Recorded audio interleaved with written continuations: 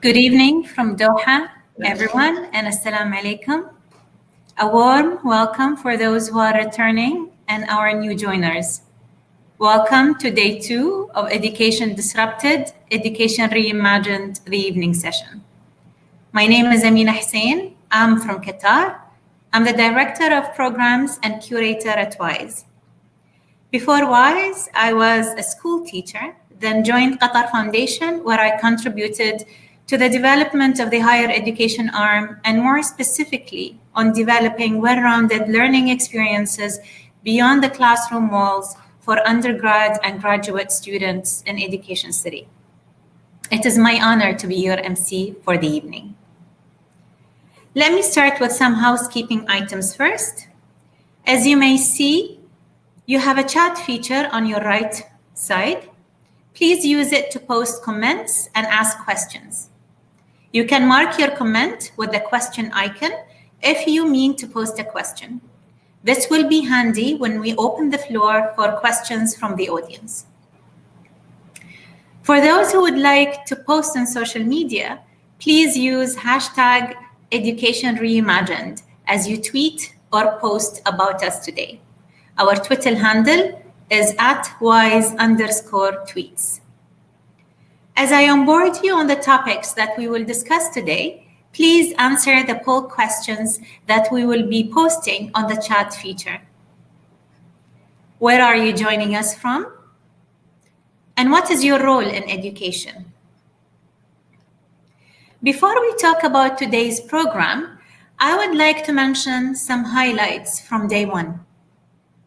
Our CEO, Stavros Renuka, said, "What powers civilizations is education." So we have still much work to do.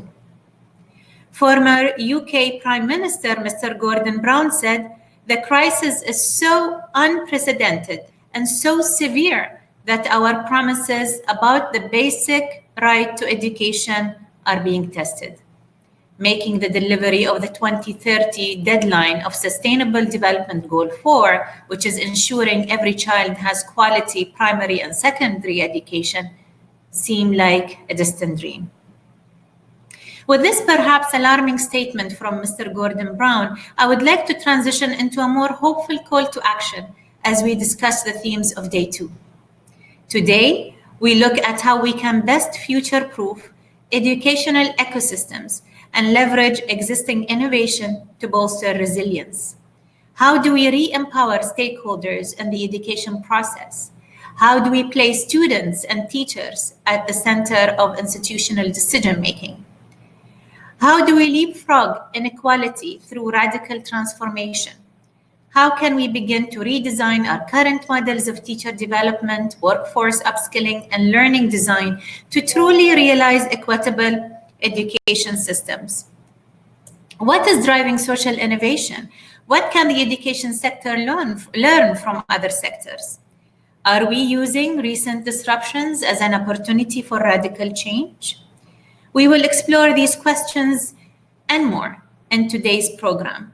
But let me first share some key learnings from today's morning session. Safina Hussein from Educate Girls reminded us that we need to move from a P2 model, P standing for poverty and patriarchy, to a 3R model, and R here standing for relief, recovery, and reimagining education through a gender lens. Jaya from UWC Japan and Bo Thomason from Lego Foundation stressed that learner agency is key in reforming our systems. Dr. Lorenzo Benussi reminded us that teachers are not technicians, they are teachers. Mike Fury compared the change that is coming in education to a phenomenal tsunami. Of course, unlike tsunami, this has a more positive outlook in terms of outcomes. At least we hope. As we start, we would like to hear from you. What is the biggest barrier to quality education in your country?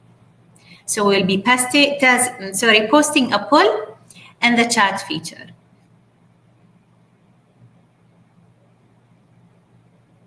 Give you a couple of seconds for the poll to be up. maybe in a few seconds, and do vote, please. I was looking at some of the polls answers. It seems, I think most of our participants are coming from Asia, Middle East, and of course from so many parts of the world. One voice that is often missing when we discuss education is the voice of the students.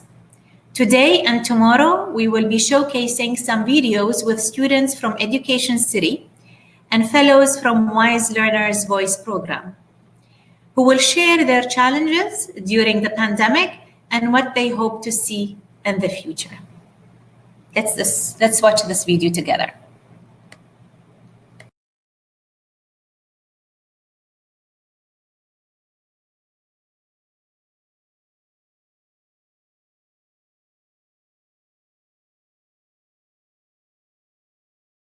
So my name is Siddharth Santosh. I'm a Learner's Voice Fellow in the 2019-2020 cohort at WISE. I'm a student of the Masters in Public Policy program at Sciences Po in Paris, and I am also interning at IIEP UNESCO right now.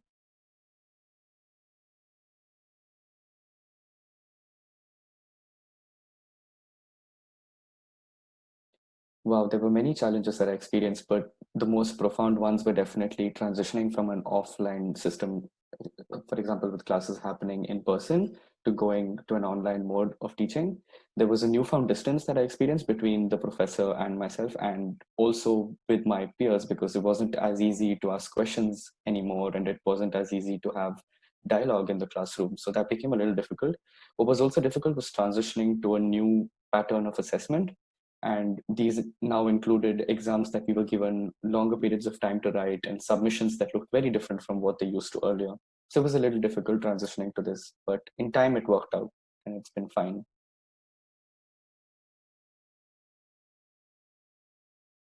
There were quite a few things that I had to deal with right to start off with. It was really difficult understanding how the future was going to look like. There was a huge shock when the lockdown began in France, and I was definitely not prepared to handle it right from the start, of where to source vegetables from, to the extent of imagining what my internet connection would look like by the end of the day, because I'm using it so much. I think it was also difficult initially to connect with family and to connect with friends, because everybody was really anxious about what's happening out there.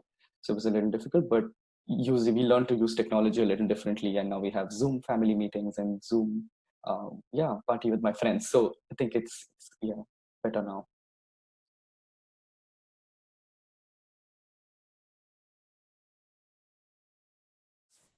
The education sector has been extremely agile and resilient in so many different ways in dealing with the crisis. I just hope that this continues.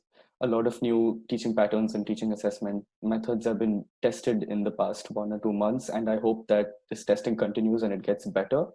I also hope that we are able to use technology differently, because so far we've been extremely dependent on a student having his or her own personal computer. I hope that this can change and we can have other methods that we can test to use. So for example, if students do not have access to good quality internet, or if they don't have access to a phone or a laptop, what else can we do to reach out to them? Can we use the television? Can we use the radio to get them to learn and keep this going? That's definitely what I'd want to see.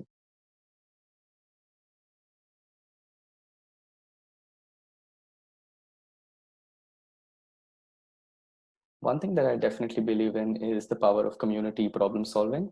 Something that I'd like to see change in the way that solutions are being reached right now is to include students a little more. I feel that the entire education sector does not have to be solving problems all by themselves. They should also be a lot more inclusive of students. Students bring this new energy and this amazing sense of wanting to do something, right? The can do attitude that I feel can really help. And as simple as just being honest with the students, telling them what issues you're facing, I think it can definitely help change the way we come up with solutions. And I think that's what I'd like to see, that students being more a part of their own future, a part of how they receive their education.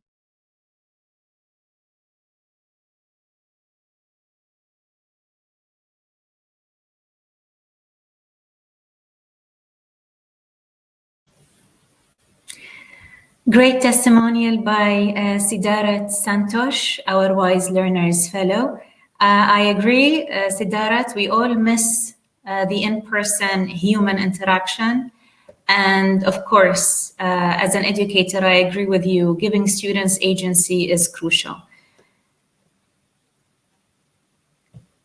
I'm excited to start our next segment for the day, and that's our keynote session. It is my pleasure to welcome our keynote speaker and special guest for this evening. As many of you know, we were in the process of organizing a WISE forum in Colombia in both the cities of Bogota and Medellin. But COVID-19 had other plans for us and for the rest of the world. A recent article by The Economist highlighted the success story of the city of Medellin in fighting COVID-19. It is timely that our esteemed keynote speaker is Mr. Daniel Quintero, the mayor of the city of Medellin for 2020 and 2023. Mr. Quintero is an electronic engineer by background, an innovative entrepreneur, and a recognized activist for peace in Colombia.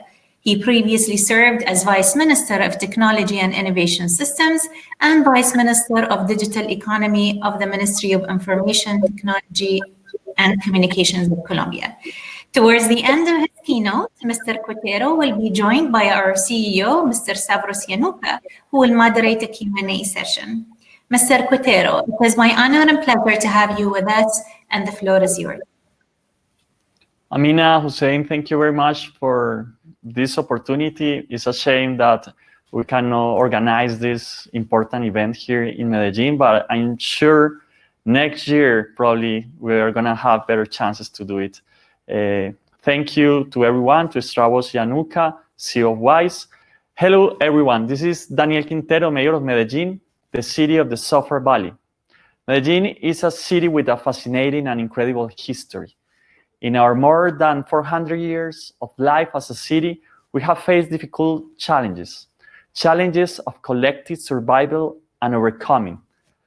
We have also, sadly, lived very difficult times of violence that made us to reflect as a society and led us to take our talent to superimpose ourselves and move forward.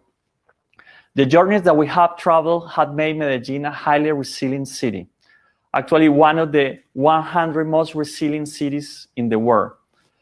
But especially, this has created a cohesive society that has learned to articulate itself from all its instance to face great challenges. Medellin was the most violent city in the world during the 80s and the 90s. 7,273 cases of homicide were registered in just 1 year. Despair and fear reigned until we made a decision as a society to change our reality, and we achieved it. How? By investing on education, on schools, on museums, on parks with educational emphasis.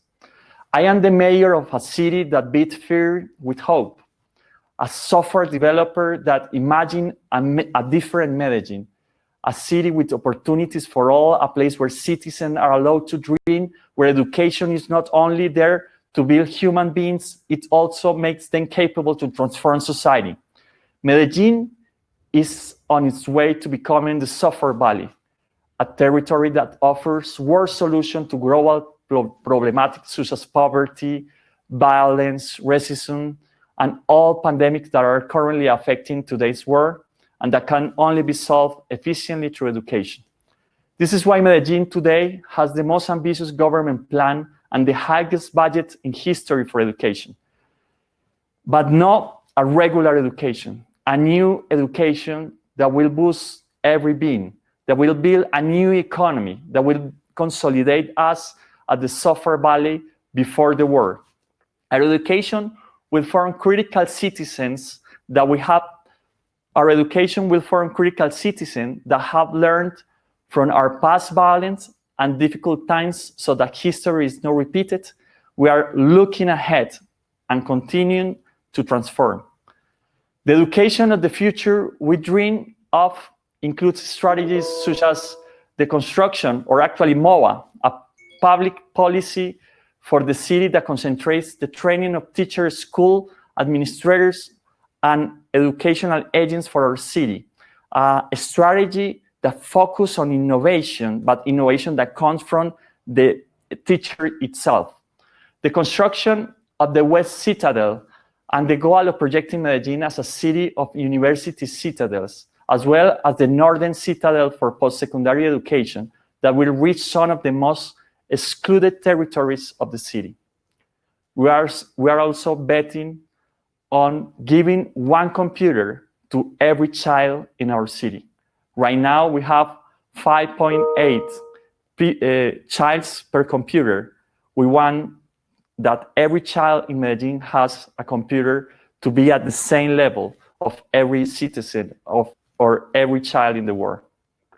Today, Medellin is presenting itself before the world as a software valley and an eco-city for everyone, with greener and better spaces, safe and secure households, effective waste recovery system, and building the third metro line that will be in addition to all the trans and electric metro cables of the city. We will also build a large bike path from the north to the south that will cross the whole city, a massive electric bicycle program, and new reserve areas of wildlife and eco parks. We are taking Medellin to a new level, creating parks where there wasn't enough public space, and a revolutionary strategy called Medellin Me Cuida, or Medellin Take Care of Me. This platform is boosted with information and technology that allow us to carry a bundle of basic rights, basic rent, health, and psychological assistance. This strategy is based on technology and seek to transform a pillar, or to focus on a pillar of each society, its families. It's grounded on education and is transforming element of social change. Likewise, as to how we have faced our city challenges, we have driven different initiatives regarding of the contingency due to COVID-19.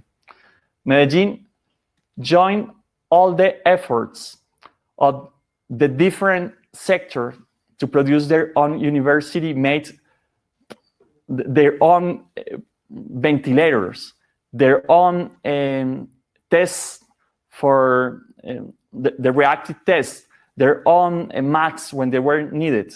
Medellin joined the efforts of the public, the private, and the academic sectors. So universities made the prototypes to create ventilators, while companies that were producing motorcycles now are producing ventilators.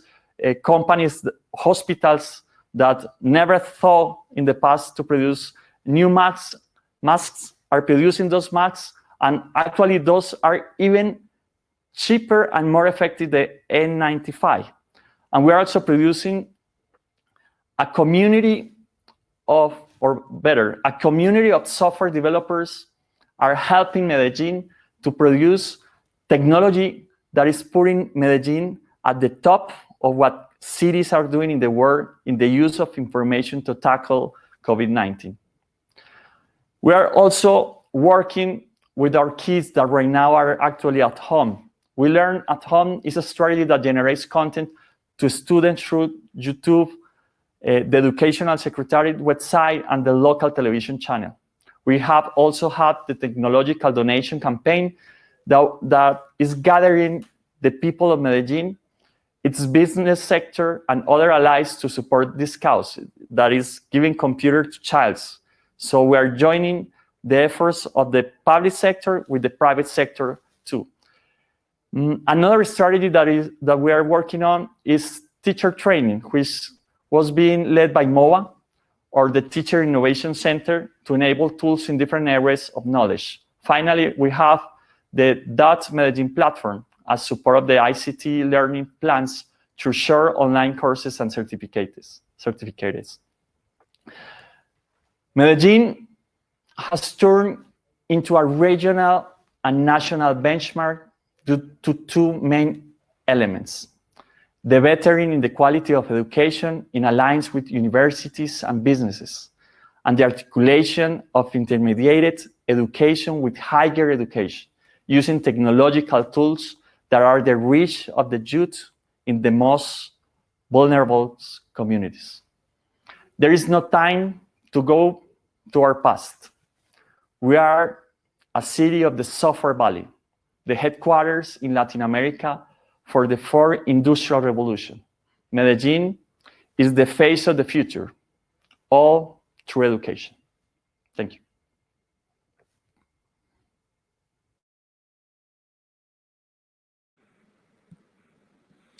Mr. Mayor, thank you very much for that truly inspiring talk. I'm Stavros Renuka, the CEO of WISE, and it's really a pleasure to be welcoming you also to this digital event. Let me also echo both you and my colleague Amina in regretting that we're not doing this in person in your amazing city. It is something that we hope to rectify in the not too distant future. Let me begin just by asking you, if I may, to say a little bit more about the Teaching Innovation Center. We were meant to host, I believe, WISE at Medellin in that incredible space. Now, you've received recognition for creating many accessible learning spaces, libraries, museums, science parks.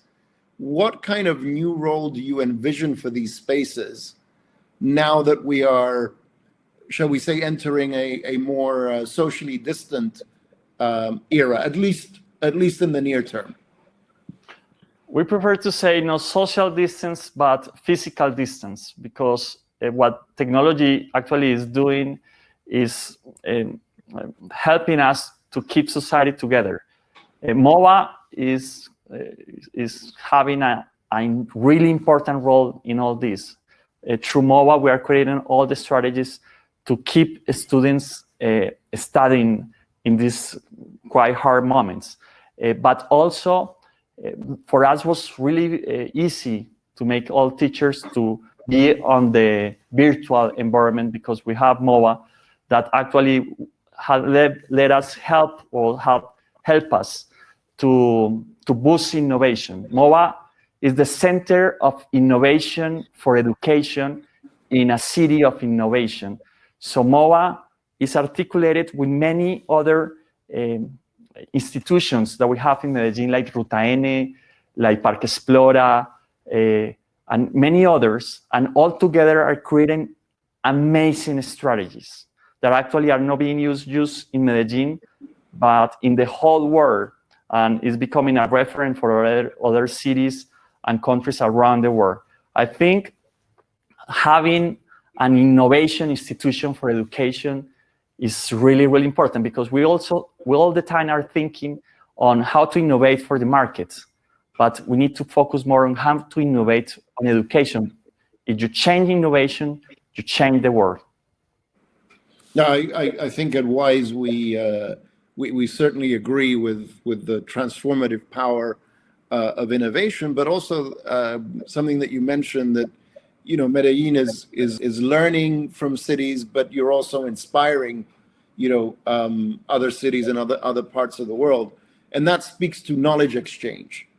How do you manage that knowledge exchange both internally but also with external partners?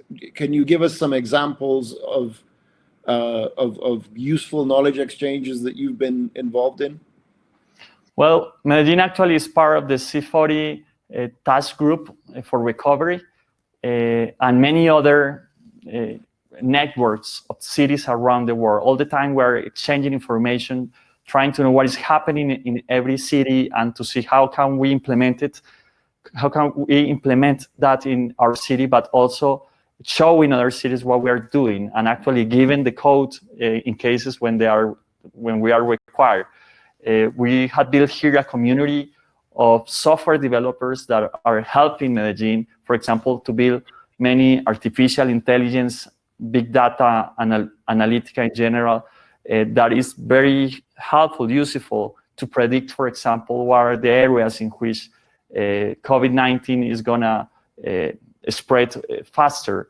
So those technologies in general had made Medellin to have one of the better numbers in Latin America for a city with more than 2 million inhabitants. So I think those networks are very important, and places and events like this and networks like the WISE is creating is very important for that. So we really appreciate to have the chance for Medellin to be here.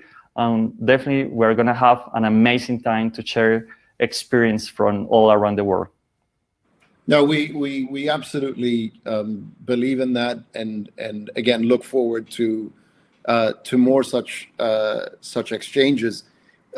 You mentioned, the aspiration to have Medellin be the capital of Software Valley, and you're looking to the future. I think you're a pioneer in your region when it comes to digital public services. And again, you mentioned some examples of utilizing AI, for example, to support you in the pandemic response. What are some of the challenges that you're facing in fostering that kind of technology innovation, given that there's still a gap in access? You mentioned, is it five or six children per computer? You mentioned some policies that you're hoping to implement. How are you bridging this gap and succeeding in fostering technology innovation? Well, one is that the access of technology, especially to childs, for us, this is very important, but also connectivity. That's why our city just started a really ambitious plan to connect every household of the city with optical fiber and a really high-speed connection, internet connection. This is going to be a digital highway. And also, we are going to have a mesh network that is going to boost all the IoT technologies. We want to make Medellin a platform for innovation. So people, companies, students that want to innovate here, they're going to find places here for doing it. And as I said before, also the access of computers for childs, but we are also tackling that with the most ambitious plan ever in the city. Every child in the city is going to have not a computer, a good computer with all the technologies they need for better education. So, challenges you always have when you're a mayor. But as I said, we had never had as many challenges in history, but we had never had as many tools to solve them in history. That's indeed very, very true. I have one last question, Mr. Mayor, before we let you go. Many cities, countries around the world are struggling when they think about innovation. They know that academic institutions have a role to play. They know the private sector has a role to play. They struggle sometimes to coordinate and to facilitate collaboration and interaction. How are you thinking about this issue in Medellin? Well, first, by recognizing that education, it doesn't matter if it's private or public, it's a public issue. So the public administration had to deal with it and had to join forces. What is great about Medellin is that we had been able, through history, to create a strong relation between the public, the private, and the government sector, public, academic, and private sector. And this strong relation had helped us to solve many problems together. So I think also is the way leaders are tackling differences, for example. It doesn't mean that I agree with all the practices of the private or all the results of the academic sector, but we can work together and we can join forces when it's needed. Thank you, Mr. Mayor. Again, thank you for being with us. I hope that it won't be too long before WISE can visit your wonderful city.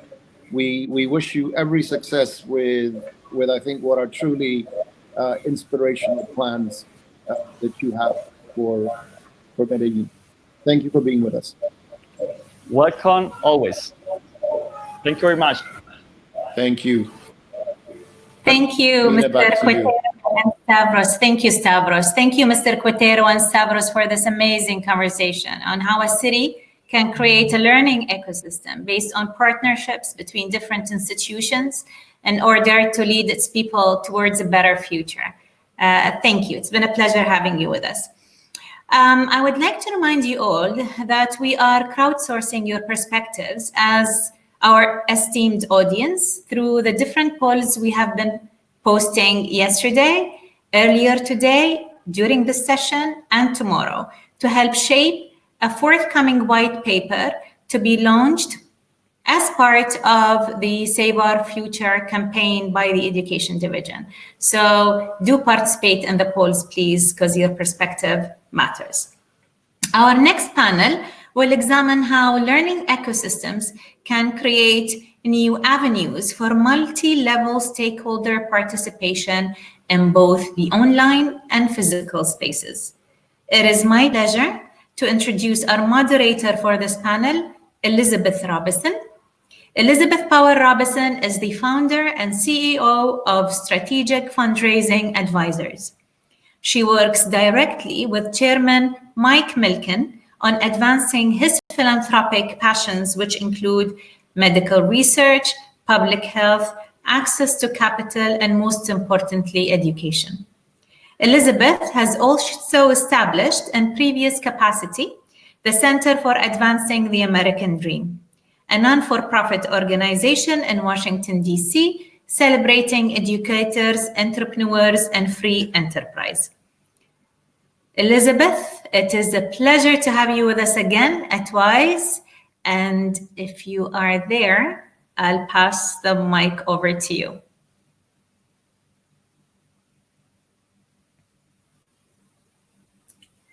We'll give Elizabeth a few seconds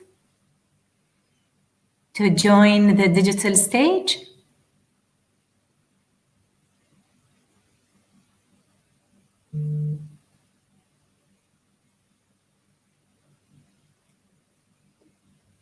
Okay, I'm receiving a notification that Elizabeth is joining us in the room, which is great. We'll give her a couple of seconds till we see her on air on the digital stage. I would like maybe to reflect on some of the poll answers earlier. I think on the question, what should education of the future prioritize most of you have answered preparing students with 21st century skills that empower them to become global citizens prepared to contribute to the workforce. So thank you for voting. Great. I think now Elizabeth is with us.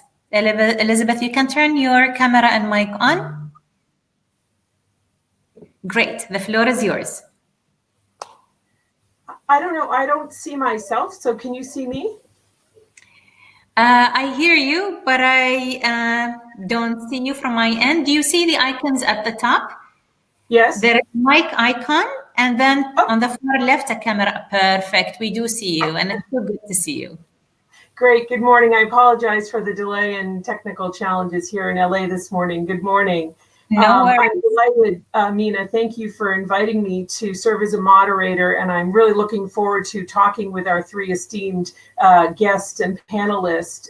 So thank you for your efforts to organize.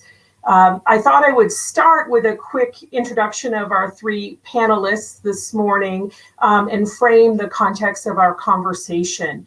I'll be joined here by Dr. Catalina Lopez Correa, a leading advocate for genomics research and translation and an innovator helping us solve world challenges.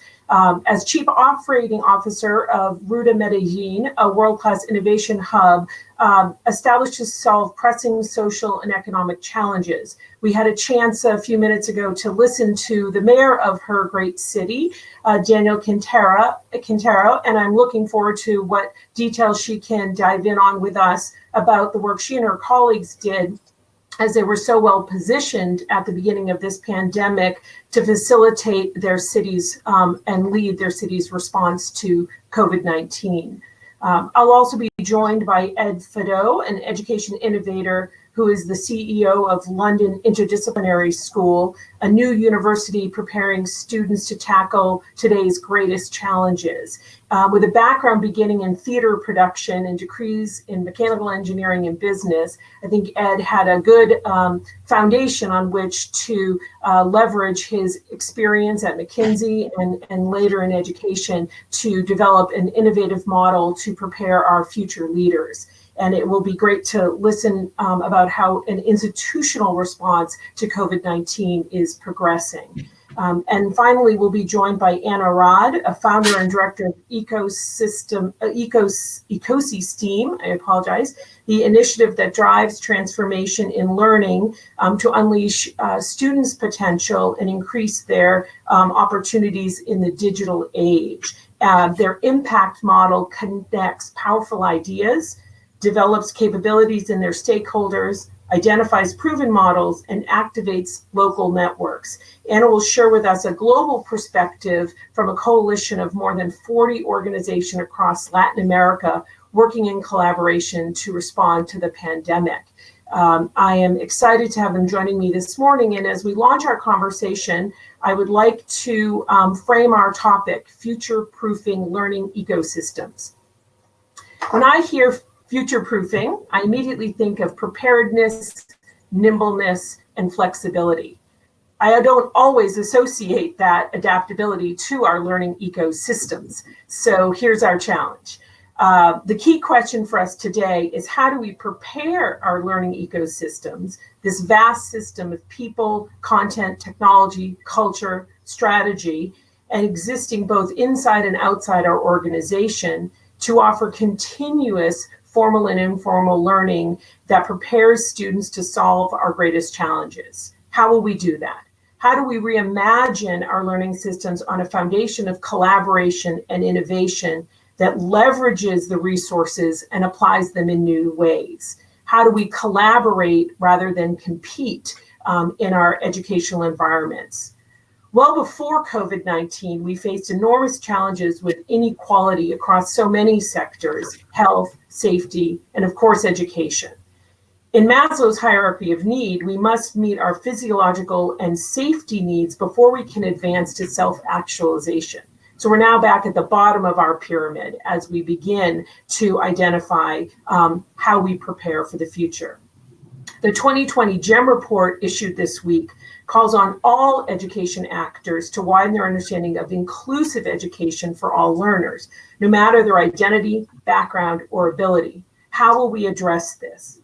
Here in the United States, concurrent with a lackluster national response to COVID-19, we're facing unprecedented action at the local levels to address systemic racial injustices. Our national leaders seem to consider the rising death toll from COVID-19 as, quote, acceptable losses, similar to our inaction on preventing gun violence and to date police brutality. We operate with an economy-first idea. Our schools are facing unprecedented challenges to deliver quality education to all our students. How are we going to do this in an environment that has not put education at the top? Each of our panelists today exemplifies the importance of innovation and creativity in addressing these challenges and improving the existing systems and creating new ones. The importance of collaboration is a core tenet of their work and will be something we will share and discuss today. Each speaker will offer practical insights from an organizational, regional, and global perspective. So to begin our conversation, I want to ask each panelist to share with us what your organization had done prior to COVID-19 to be prepared for the challenges you're facing today. And if you could send a message back to your earlier self, what would you recommend doing in that preparedness that maybe you hadn't anticipated now? And Catalina, I'd like to start with you. Well, thank you, Elizabeth, for the introduction, and I would like to also thank all the organizers of the conference, in particular Alejandro Roldan from Ruta N, that has been helping a lot in coordinating this particular panel and Ruta N's participation. So many of you heard our mayor talking just before this panel, and then you can see at the city level what this city has been doing and the history of the city that started with a very violent and critical situation in the 90s, and started to invest heavily and proactively in education and innovation, and has been going through all this transformation that completely transformed the city before COVID. Now, Ruta N in particular was created 10 years ago with a mandate to really use and promote the use of innovation as a tool for social change, social and economic change in the city. So Ruta N has been driving innovation in the city of Medellin in the last 10 years. So I think that, when the mayor was saying that Medellin has been portrayed in The Economist, in the New York Times, in many different newspapers as a successful example on how a developing country and a city in a developing country with with very limited resources, is able to control and face a challenge like COVID. Well, as you say, Elizabeth, that doesn't come from one day to another. And it's not that you create a strategy out of the blue and you decide, okay, here we're gonna, start using our new technologies, artificial intelligence, to track the cases. Why can't we use artificial intelligence to track cases and to really see where the positive people are and the contacts and all that? Is because we have built that capacity in the city to have those technologies and to have those approaches. So this is really what Ruta N has been doing before COVID, building on these at the the key one key element in building this capacity has been Ruta N's strategy, and the way Ruta N was created, that was really basically a network or a connector that works between three key entities, which is the private sector. So we work directly with companies, entrepreneurs, and large companies in the city. We work also directly with universities. So that second element, also the academic, the research centers, the innovation centers at universities. And we work hand by hand with the government, with the mayor office. So it's really this crossroads between these three areas and three key players in the ecosystem that has made a very successful example of what Ruta N does. Now, to finish, in particular for COVID, immediately, I think it was March 15, when we started to see the first cases in Colombia. I don't think that we had yet cases in Medellin at the time, but the first cases in Colombia, and we knew that was, of course, coming to Latin America, and that was, of course, a risk for everybody around in the planet. We decided to start investing proactively, and I can give maybe more details about that later on, but we decided to invest in 4 areas, and to not just investing us, but inviting the private sector, inviting universities, and inviting the citizens to contribute to 4 areas. The first one was everything around data. So developing apps to capture the data, to see where the people infected are located, all that, with geolocalization. The second was the testing. So increasing our capacity to test. And the third was ventilators, and the mayor mentioned that we're doing 3 different prototypes, all supported by the mayor office, Ruta N, private sector, and the universities. And the fourth is all, protection and hospital hospital protection materials that we were developing, but also together with entrepreneurs that are creating some of these masks, some of these protections for surgery blocks. So is this, I will say, and you mentioned that, Elizabeth, is this flexibility, the capacity also to react very fast, and the capacity to also somehow be nimble. Ruta N was not into testing, was not into ventilators, but from one day to another, when we have to transform our business and just enter to solve this big challenge. So it's also, I think the big lesson for us is that innovation in itself really, I mean, is great, but the real meaning of innovation is when you're facing a challenge, when you're able to channel that innovation towards solving a global challenge. And what better situation than a COVID and a pandemic to really show how innovation can help us and can help a city control that. So I will leave it for now. I can give more details later on. Yeah. Excellent. Thank you so much, Catalina. And I'd like to move toward Ed for our next response to this question. Sure. It's an interesting question. I mean, we're not open yet. So we're creating a new university, which is opening in London next year. So, but we have a team of 25. Half of that team are faculty and half of that team are non-teaching. And I think something I was really worried about before the pandemic just generally was about, first of all, that interdisciplinary academic team collaborating with each other.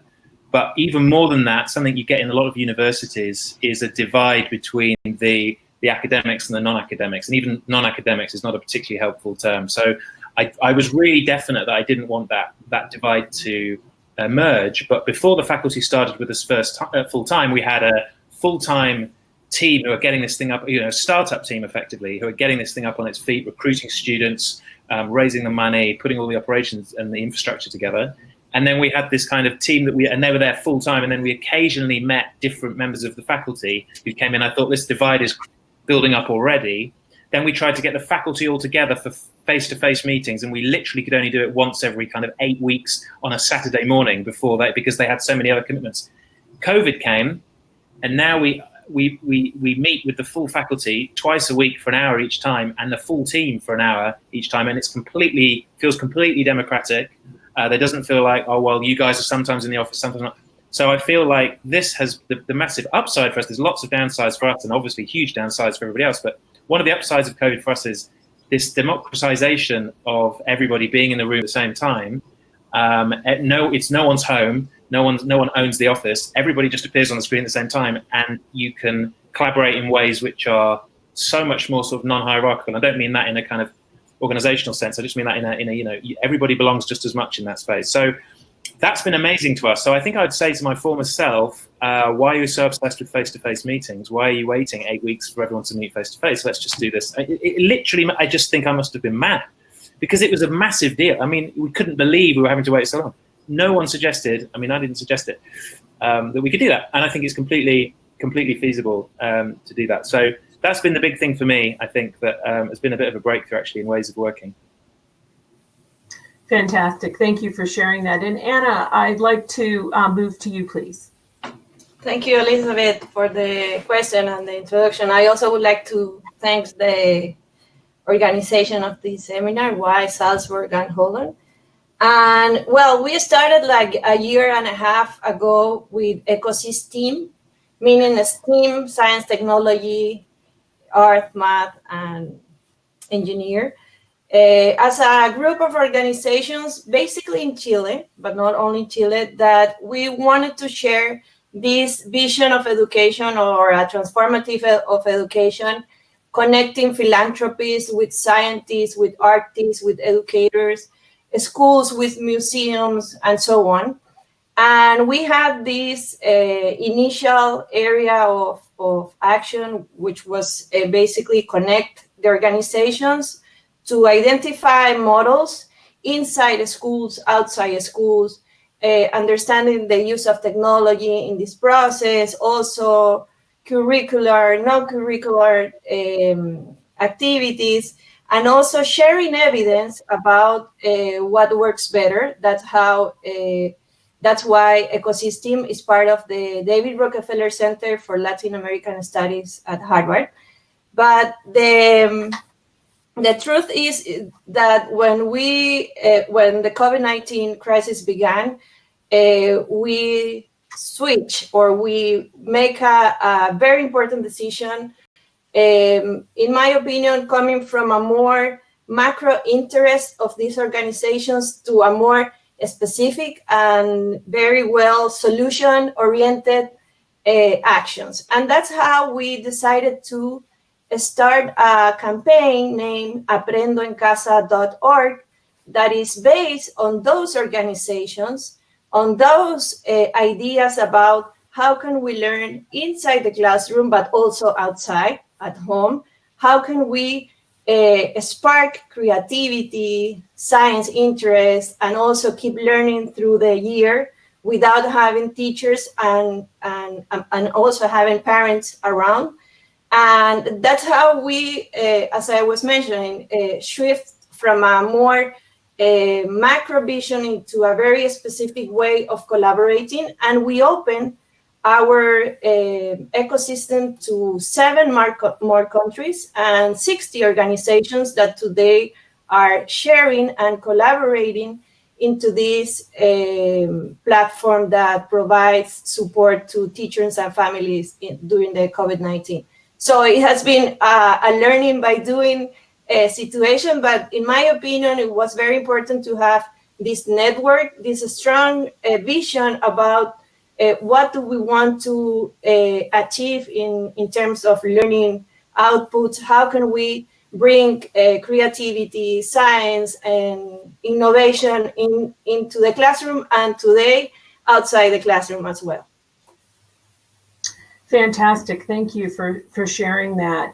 One of the things we've been kind of observing in the response to the pandemic is this importance of collaboration and in breaking down walls that maybe were there previously, and as Ed pointed out, walls that we kind of artificially created, even in terms of our scheduling and calendaring of life, that we kind of lived in a framework and in certain kind of rules of engagement. And I'm very interested in, I've heard in a couple of these presentations and panels in the last 2 days, this idea that crisis is the mother of invention, and that this crisis has kind of created a catalyst for a change that maybe people hoped for, but there wasn't the will, the collective energy to tackle. And I'm very interested in your thoughts on why we need crisis to really break down change. And from this crisis, can we find ways to create systems that embrace change along the way, that don't require maybe the same shot in the arm that we got this spring? And maybe just for order, I'll go back to Catalina for your thoughts.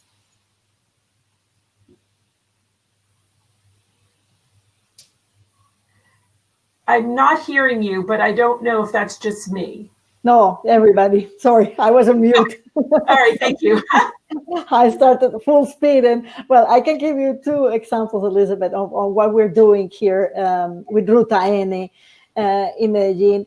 The first, I think, one of the, we have been, as I say, well connected with universities, well connected with government, well connected also with small entrepreneurs, but somehow was somehow challenging to get the big enterprises like the banking, the big banks, or the electricity companies are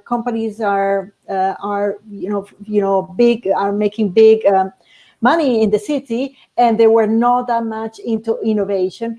And now we are seeing, actually, with this crisis, some of these companies, like the electricity company, make a donation of almost $1 million for the testing. So everybody is really seeing this need and looking at ways on how they can contribute. So that, again, is breaking barriers and is making us, opening the channels to work with organizations and companies and institutions that we were not working before.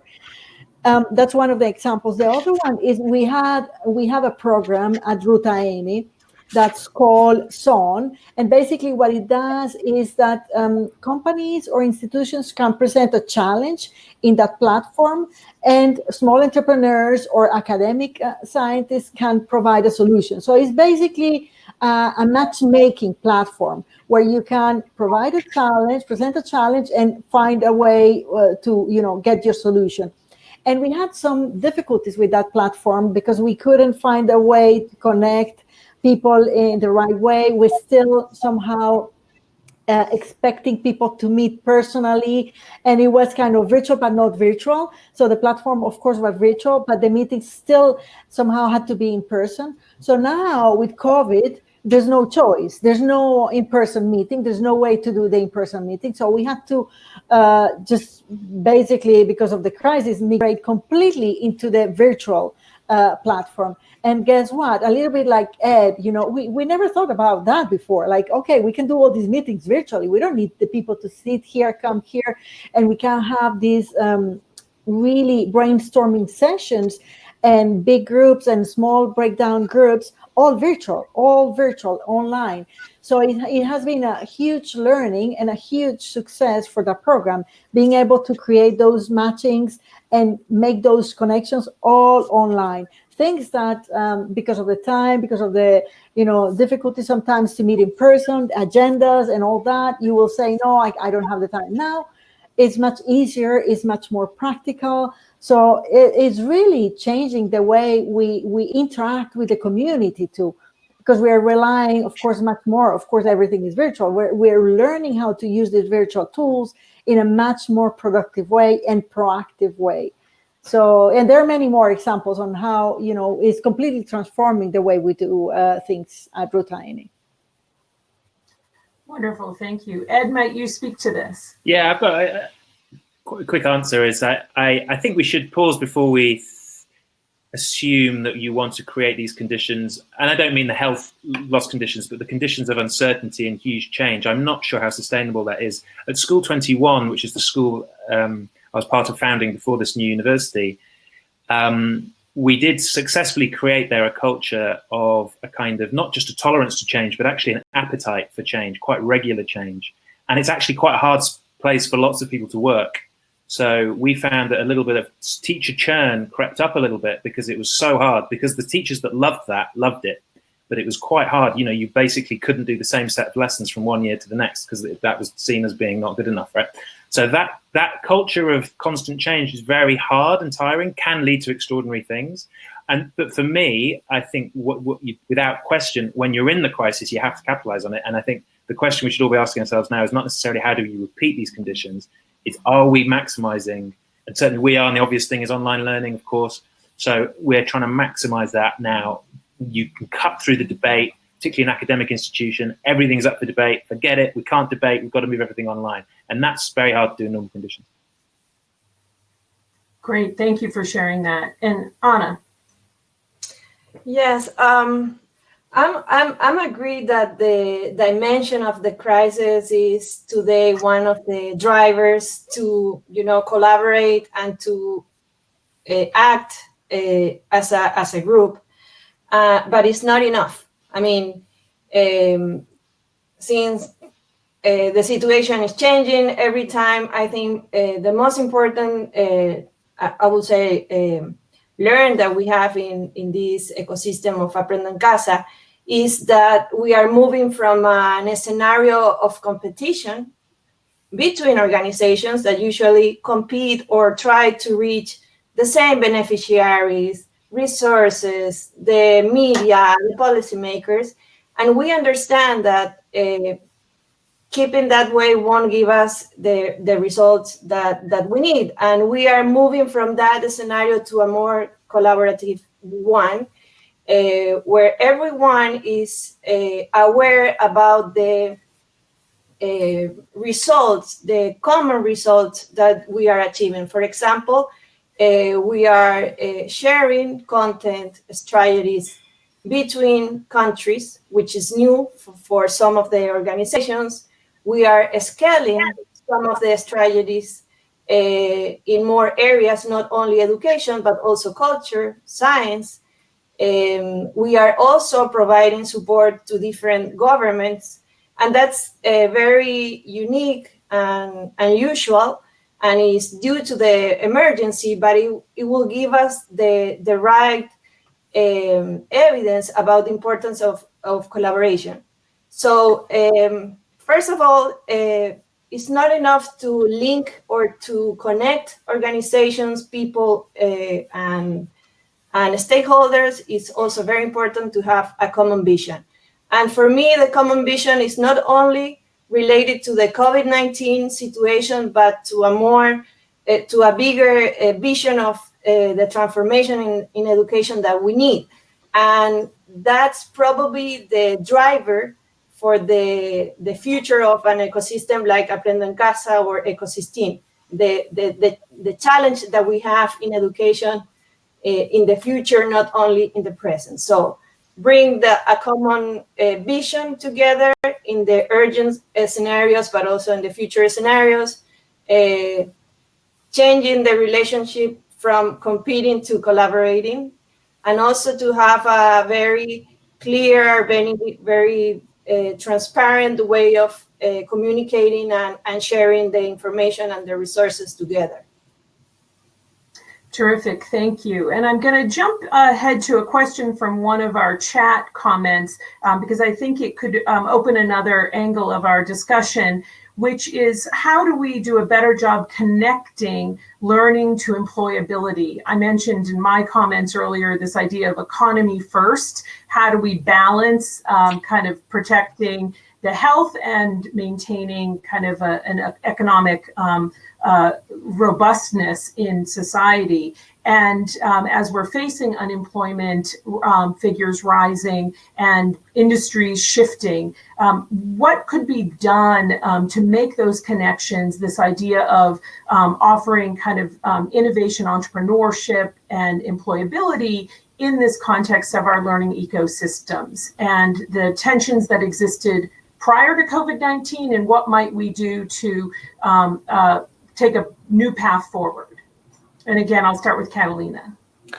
Yes, well, you know, we are very specifically trying to say here with the mayor office, with the different entities in the city, that is not either or, is not, you know, economy or health, is not a choice that we have to make. I think we have to think that there are ways where we can use actually innovation to advance both. And what we're trying to do in the city of Medellin is increase our capacity of testing so that we understand who is infected, who has to stay home, and with that understanding, start opening the economy slowly but surely. Now, if we compare, just to give you some numbers in terms of the testing, the city of Bogota and the rest of the country, actually, the rest of Colombia, the average number of contacts that are tested when one case is detected is 13,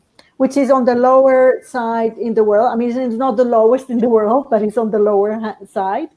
Whereas what we're doing in Medellin with the mayor, with Rodr, with the other entities, is we're testing about 45 individuals, 45 contacts per case. So that's allowing us to reopen the economy a little bit more, you know, with this, not compromising on the health, trying to keep under control the health, and also taking the time to prepare the hospitals and all that. So that's on one side. On the other one, Rodr has been, you know, very proactively working with entrepreneurs on the opportunities, because every crisis, of course, there is a problem, but there is also opportunity. There's an opportunity to innovate, as we say, you know, with the ventilators on the healthcare system, with the apps that potentially can be developed here and used in other regions in Latin America. So we're working very closely with those innovators. And one of those examples is we had 5 companies here, small, very tiny, just small entrepreneurs, companies with 2, 3, 4 people that got together to develop an app to help, you know, trace the cases and all that. Now they created a new entity, and hopefully, you know, they will now develop this product that potentially could be commercialized not only here, but potentially outside of the city and of the country. So it's just taking these opportunities to push the boundaries, but keeping in mind, as I said at the beginning, that is not or health or economy. It's like we have to find ways to keep both, because we have to keep people protected, but yet activate the economy. Great. Ed? So I think the way we think about this is that it's very hard to predict the future, of course, but there's a lot of discussion and debate about the future of the professions, which, of course, things like being an accountant, being a lawyer, or a doctor was seen as 100% safe in the past. There's a question over how much of those jobs are going to be automated away. The jobs may exist, but there may not be as many of them, and so on. What we think about is problems. It seems like there's still going to be facing, the one thing you can predict is that we're going to be facing complex problems. And our education system is not organized by that. Our education system is organized by subject disciplines. And in a way, when that system, which is sort of English and science, or whatever your national language is, science, history, and so on, when that is trying to talk to the real world, which operates in problems. So any business who's trying to say, well, look, we're looking at sustainability, diversity, well-being of the workforce, climate change, we're interested in that, they just can't talk to each other. And so in the school system, in the university system, we find it very hard for those two things to talk. So what we're saying is, if in the future we can be sure that complex problems are going to exist, and we can educate you to how to tackle complex problems, and by the way, say with COVID, which we're looking at the minute, you say, there's a scientific aspect, but also a psychological aspect, an economic aspect, a legal aspect, a behavioral economics aspect, and so on. You can then say, look, if you understand and can wrestle with these complex problems and use those disciplines to tackle those problems, that is resilience. And also, we can then do placements with organizations and they can say, great, we're thinking about these problems too. You've got something to say to us. Otherwise, you get this mismatch where someone is deep in some subject and they go and do some very basic administrative job in their first job out of university because there is no way of them using what they know. Excellent, thank you. Anna?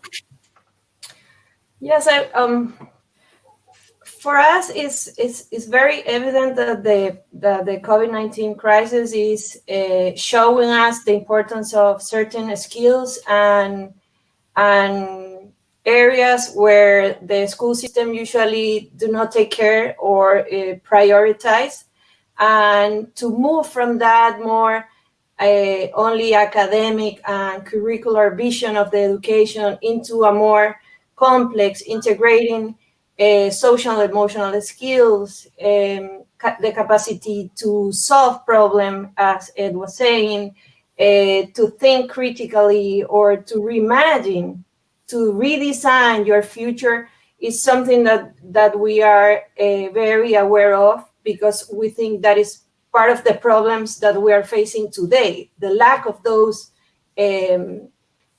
capacities or skills. And we think that even for teachers and for parents, and since Aprendo en Casa is basically working into a school level, to bring the experience, the approaches from artists, from scientists, from psychologists into the school system today is very urgent and very needed. And somehow what we are facing is the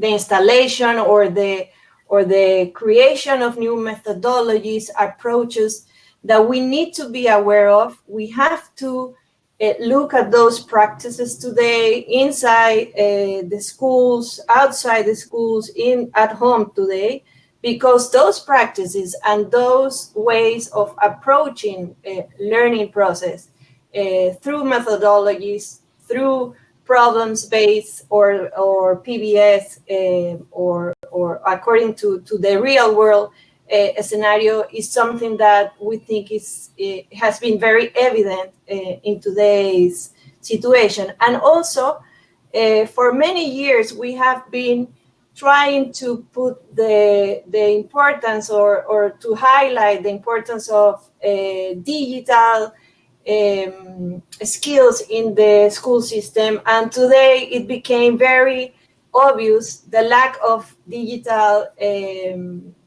as I was saying, skills in not only teachers, but also with the students. And that is something that is related to the future of the work. And we think we have to be more, we have to strengthen those kind of strategies in the future as well. Great, thank you, Anna. And I want to actually reverse our order. And Anna, I'm going to start with you on this next line of questioning, because I'm very interested in one of our chat questions relates to the role of parents and parental engagement in education, in these changes. We've seen certainly with the moving of the classroom to the home, access issues in terms of technology, but also stability in the family and the role of family in education. I think always parental and family engagement has been important, but as we look at the importance now of engaging families and parents, I wonder if you might talk, given the work you all do at the family level often, how can we address this challenge of engaging the family and bringing them on board with the changes that need to take place, even as advocates for change? Good question, because maybe it's important to say that we live in a region, Latin America, where the engagements or families are not as strong as we would like it to be. So we have opportunity today to work on that and to make visible and more evident the importance of the family into the learning process. So the first things that I would like to say is that we are not replacing teachers by parents. That is something that we want to keep very clear, because we understand that today's situations are very critical. Parents at home are still working if they can, and also trying to engage with learning and trying to give time to their children. So the experience that we have in aprendoencasa.org is that parents are really eager or very interested in activities, content, solutions that can keep the learning process alive, but not necessarily to replace the role of the teacher. And that's why all the resources and ideas that are coming from the ecosystem of learning, that means museums, science parks, also educational organizations, psychologists are well, reviewed and used by parents, at least in Aprendo en Casa and in all the countries where we are working on. And also, we think it's a very positive situation in terms of the governments and the public policy priorities, because they are, at least in the countries where we are collaborating, looking for that kind of support that was not really, was not well spread or well adapted, curated to this situation. And today, what Aprendo en Casa is doing is to selecting the best content for parents in order to keep learning alive. Developing learning experiences in the context of homeschooling, but also as a regular relationship into the family. So I just want to end by the positive situation that we have today, that usually we had this distant relationship between the schools and parents, and today we are reimagining that relationship, and I hope it won't be back to the same moment when we started this crisis. I think we are moving to another step or a different level. Terrific. Ed or Catalina, do you want to speak to that? I can chip in. I think this is different. Look, there's big differences here, country to country, and I've actually done some work with some schools in Medellin as well. And there's just different level of infrastructure challenge there than there is, and teacher quality issues. Being able to bring people into the sector. In the UK, it's very different sorts of challenges. We're privileged to have very good infrastructure, broadband. Lots of students now have devices. Although that School 21 is in a very poor part of London, it still has that infrastructure. So we are we've able to have 70-80% engagement. So students engaging online teaching. That's very, very high. You'd rather it be 100. It's not 100. But 70 or 80% of our students have been regularly engaging with the online lessons, and we're finding things like, you can't do it for as many hours as normal. A lot of we're creating courses that students can do asynchronously, so not live, as well as some live sessions. But it's little and often trying to get them to engage regularly. That seems to be working, and I think we're seeing some great learning happening. But I'm not sure that parents. Well, I don't know. I think, look, parents, first of all, I think really respect the job teacher. If they didn't respect the job teachers did before, they respect the job teachers do now even more. That's the first thing. Second thing is, I'm not sure that it's parents you need to convince that our system needs to kind of move away from this focus on exams and rigidity. I think they think that their children should have a broader education, but they also want their children to be successful and they understand the system. So I'm not sure it's about convincing them that change is needed. I think, if it's your children and it gets to the point where you've got to get them exams and get them to a university place, if that's what they want to do, you're going to do everything you can to help them do that. So it's that part of it, I think, that's tricky. And I'm not sure how we rally parents. I'm not sure this is the time to rally parents around that. It might be. But I certainly think there's a lot of goodwill for teachers right now. Similarly with healthcare workers, obviously, but it's different. But I think there's a lot of goodwill for teachers at the minute. Yeah, I think from our side, well, we're not that much involved in occasions with the parents, but we certainly, as Ed mentioned, we have challenges in the city.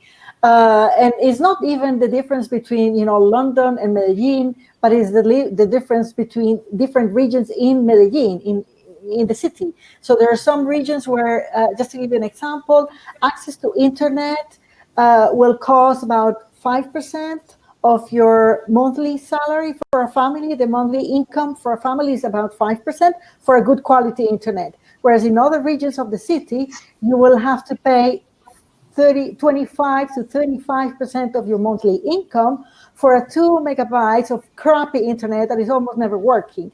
So if you just imagine that, how you will think and conceive, there are, of course, plenty of kids here, as the mayor say, that don't have computers, don't have access to a personal computer. Is one computer per family, eventually, if you have access to one computer. So it's all these research challenges in terms of the computer, in terms of access to internet, in terms of the space, because the parents might be there, but there's no space in the house where the kid can sit or can have that at least a little bit of space for them to put the computer, have some silence.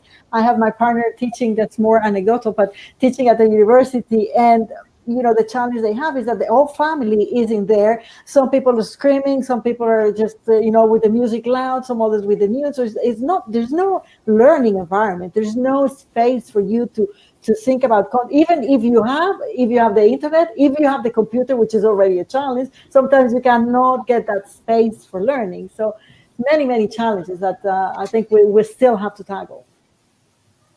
Terrific, thank you. We had another question pop up that I think is quite interesting in this idea of entrepreneurship and being a message possibly for people being told in this time of unemployment to make your own job.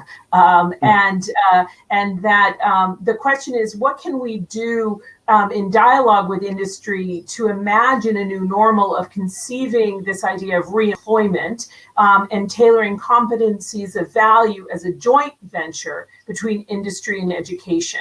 And so really helping to facilitate rather than kind of put it on the individual to identify the problem, identify the need, and come up with their own solution. Is there a collaborative approach between formal education and industry to address this? And Ed, maybe we'll jump in and start with you if you're ready. Yeah, sure. I mean, this gets political pretty quickly. And so, but I mean, who cares? I think I like the question. I think it's right. And we had this idea in the UK about 10 years ago of the big society, and that was in a time of austerity, and there was a lot of suspicion that was really just you can all volunteer to help people because there's no money left. But I'm not sure it's the job of the education system to create jobs, I think that has to be, it's the private sector, and government has a much bigger role, in my view, to play in that, in investing in new industries. And then education should probably be more flexible in following that. And I'm not saying that education should just be instrumental to create the workforce. I don't think that's where we need to get to, but I think it has some distance to move in that direction. And I think if we were to say, in the UK, our issues are in the regions. We do have disparity in the regions. London is very distorting. London is only part of England. People often forget if they don't live here. Even people in London forget that London is not England. And there's parts of England that are really left behind since the Industrial Revolution. And I think government is starting to talk about it, whether it still can after COVID, investing heavily in those regions, in making big bets in different industries. And then I think it's the job of education to follow in fast behind that. But hopefully it'll happen. I mean, if you start to make those investments, people will ask for the education that they need to get those jobs. And I think what we've been done, it's slightly back to front in the last 20, 30 years in the UK. We've had massive increase in the number of people going to university. Now, on one level, that's a good thing because you're democratizing that opportunity. On another level, we've created a lot of people for jobs that do not require degrees. Most of the jobs in the UK, about 25%, 20% of the jobs in the UK require a degree, and we're sending 35, 40% to university. So there's a bit of a mismatch there. So this whole thing is quite complicated. I think sometimes the education gets too far ahead, and it needs to keep an eye on what the jobs actually require. But we definitely need an injection from government in that. But that's my political view. That's not the view of LIS or anyone else. Yeah, and maybe I can share a little bit what we're doing in Ruta N in those. So we started actually before COVID a program that is quite new for the city, where we were trying to match the needs from industry, in particular related to coding, related to all the digital transformation, blockchain, artificial intelligence, coding, all that. So what are the real needs of the industry and the companies that will come and establish their facilities here? And how can we train the talent for those needs? Instead of, you study whatever you think people will need, or you study and you don't even know if you will find a job. It's basically, you almost, in some cases, you get paid, you study this, and you already almost guarantee a job because the company already has that need. So I think that there is an opportunity to continue that program now with COVID. The other aspect that is interesting is, of course, we can think about, and there are many opportunities, and we were talking about some of them that we're exploring with Ruta N in creating new companies, new business, new opportunities for business. But there is also, and for us, is where we're putting a little bit more effort now, instead of just creating, is transforming. So how can we transform and help transform some of the business that exists already? So how can we guide and help in this, what we call the digital transformation? If you just give you an example, all the restaurants now, they cannot, close doors, they cannot offer. So how can you give classes or training for people to do these online orders, delivery? How, if you were giving workshops as a company, we have a couple of companies that were giving workshops and training and things. Well, now guess what? You have to move from physical training into virtual training, put all your classes online, learn about these tools, learn how to use them, register. So it's a lot of somehow investment in time and learning to do this digital transformation that hopefully will help these companies navigate through these difficult times, but also gain some competitive advantage for the future. Great. Anna? Well, just to mention that when we started the ecosystem program, it was, of course, trying to respond or to be an answer to this STEAM area where we have a lack of professionals, especially in Latin America, people prepared to do that kind of to have those kind of jobs. But then we realized that while we were trying to understand better what kind of development or education kids or children needed to be in the STEAM areas, we also realized it's important to prepare them for a society as a bigger challenge. And that's why we started with all this process of understanding active learning, critical thinking, development of creativity. So I understand that we need specific industries to be developed, and there is a huge opportunity to connect private companies, different government agencies, and of course the education system into a common ground or a common area to discuss about that. But also, I agree, it should not be only functional to the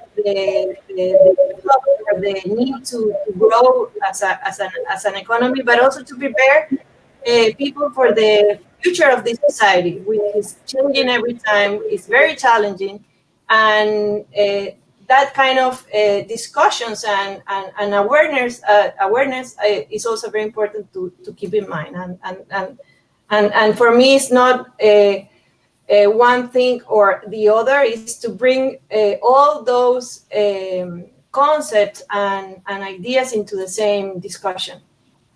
Excellent. And this is exactly the summary point I had written down. So thank you for making it this idea of critical thinking and adaptability, that if we future-proof our learning ecosystems by being nimble and flexible, our learners need to have the same toolkit on their outcomes of adaptability, flexibility, and the importance of critical thinking. I want to thank all three of you for being part of this discussion today. I'm grateful for your insights. I think our participants and audience have learned a lot from each of you, and I really look forward to keeping the conversation going and learning more about your organizations and your work in the days ahead. So please stay well, stay healthy, stay innovative, and thank you for joining us. I'm going to pass it back to our colleagues.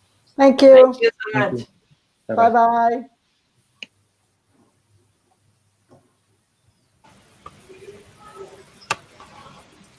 Thank you, Elizabeth, Catalina, Ed, and Ana Maria. Global challenges do require multi-sectoral collaboration towards solving them. We need the same approach as we address challenges in education. It was really an inspiring and engaging panel, so thank you to all of you. The pull on what stakeholders are likely to develop innovation to address challenges in education. For that, most of you have selected teachers and educators. I thought I'd share with you where we stand at that, poll's answers. It is really comforting to see the amount of trust placed in teachers and educators, but this also requires that, we need to be given agency to make change. I would also like to remind you, our audience, that we have, as we go on break, we have an interesting lineup of sessions and speakers coming up next. So grab your coffee and do come back, and we will see you shortly. Be back in no longer than 15 minutes, please. Take care.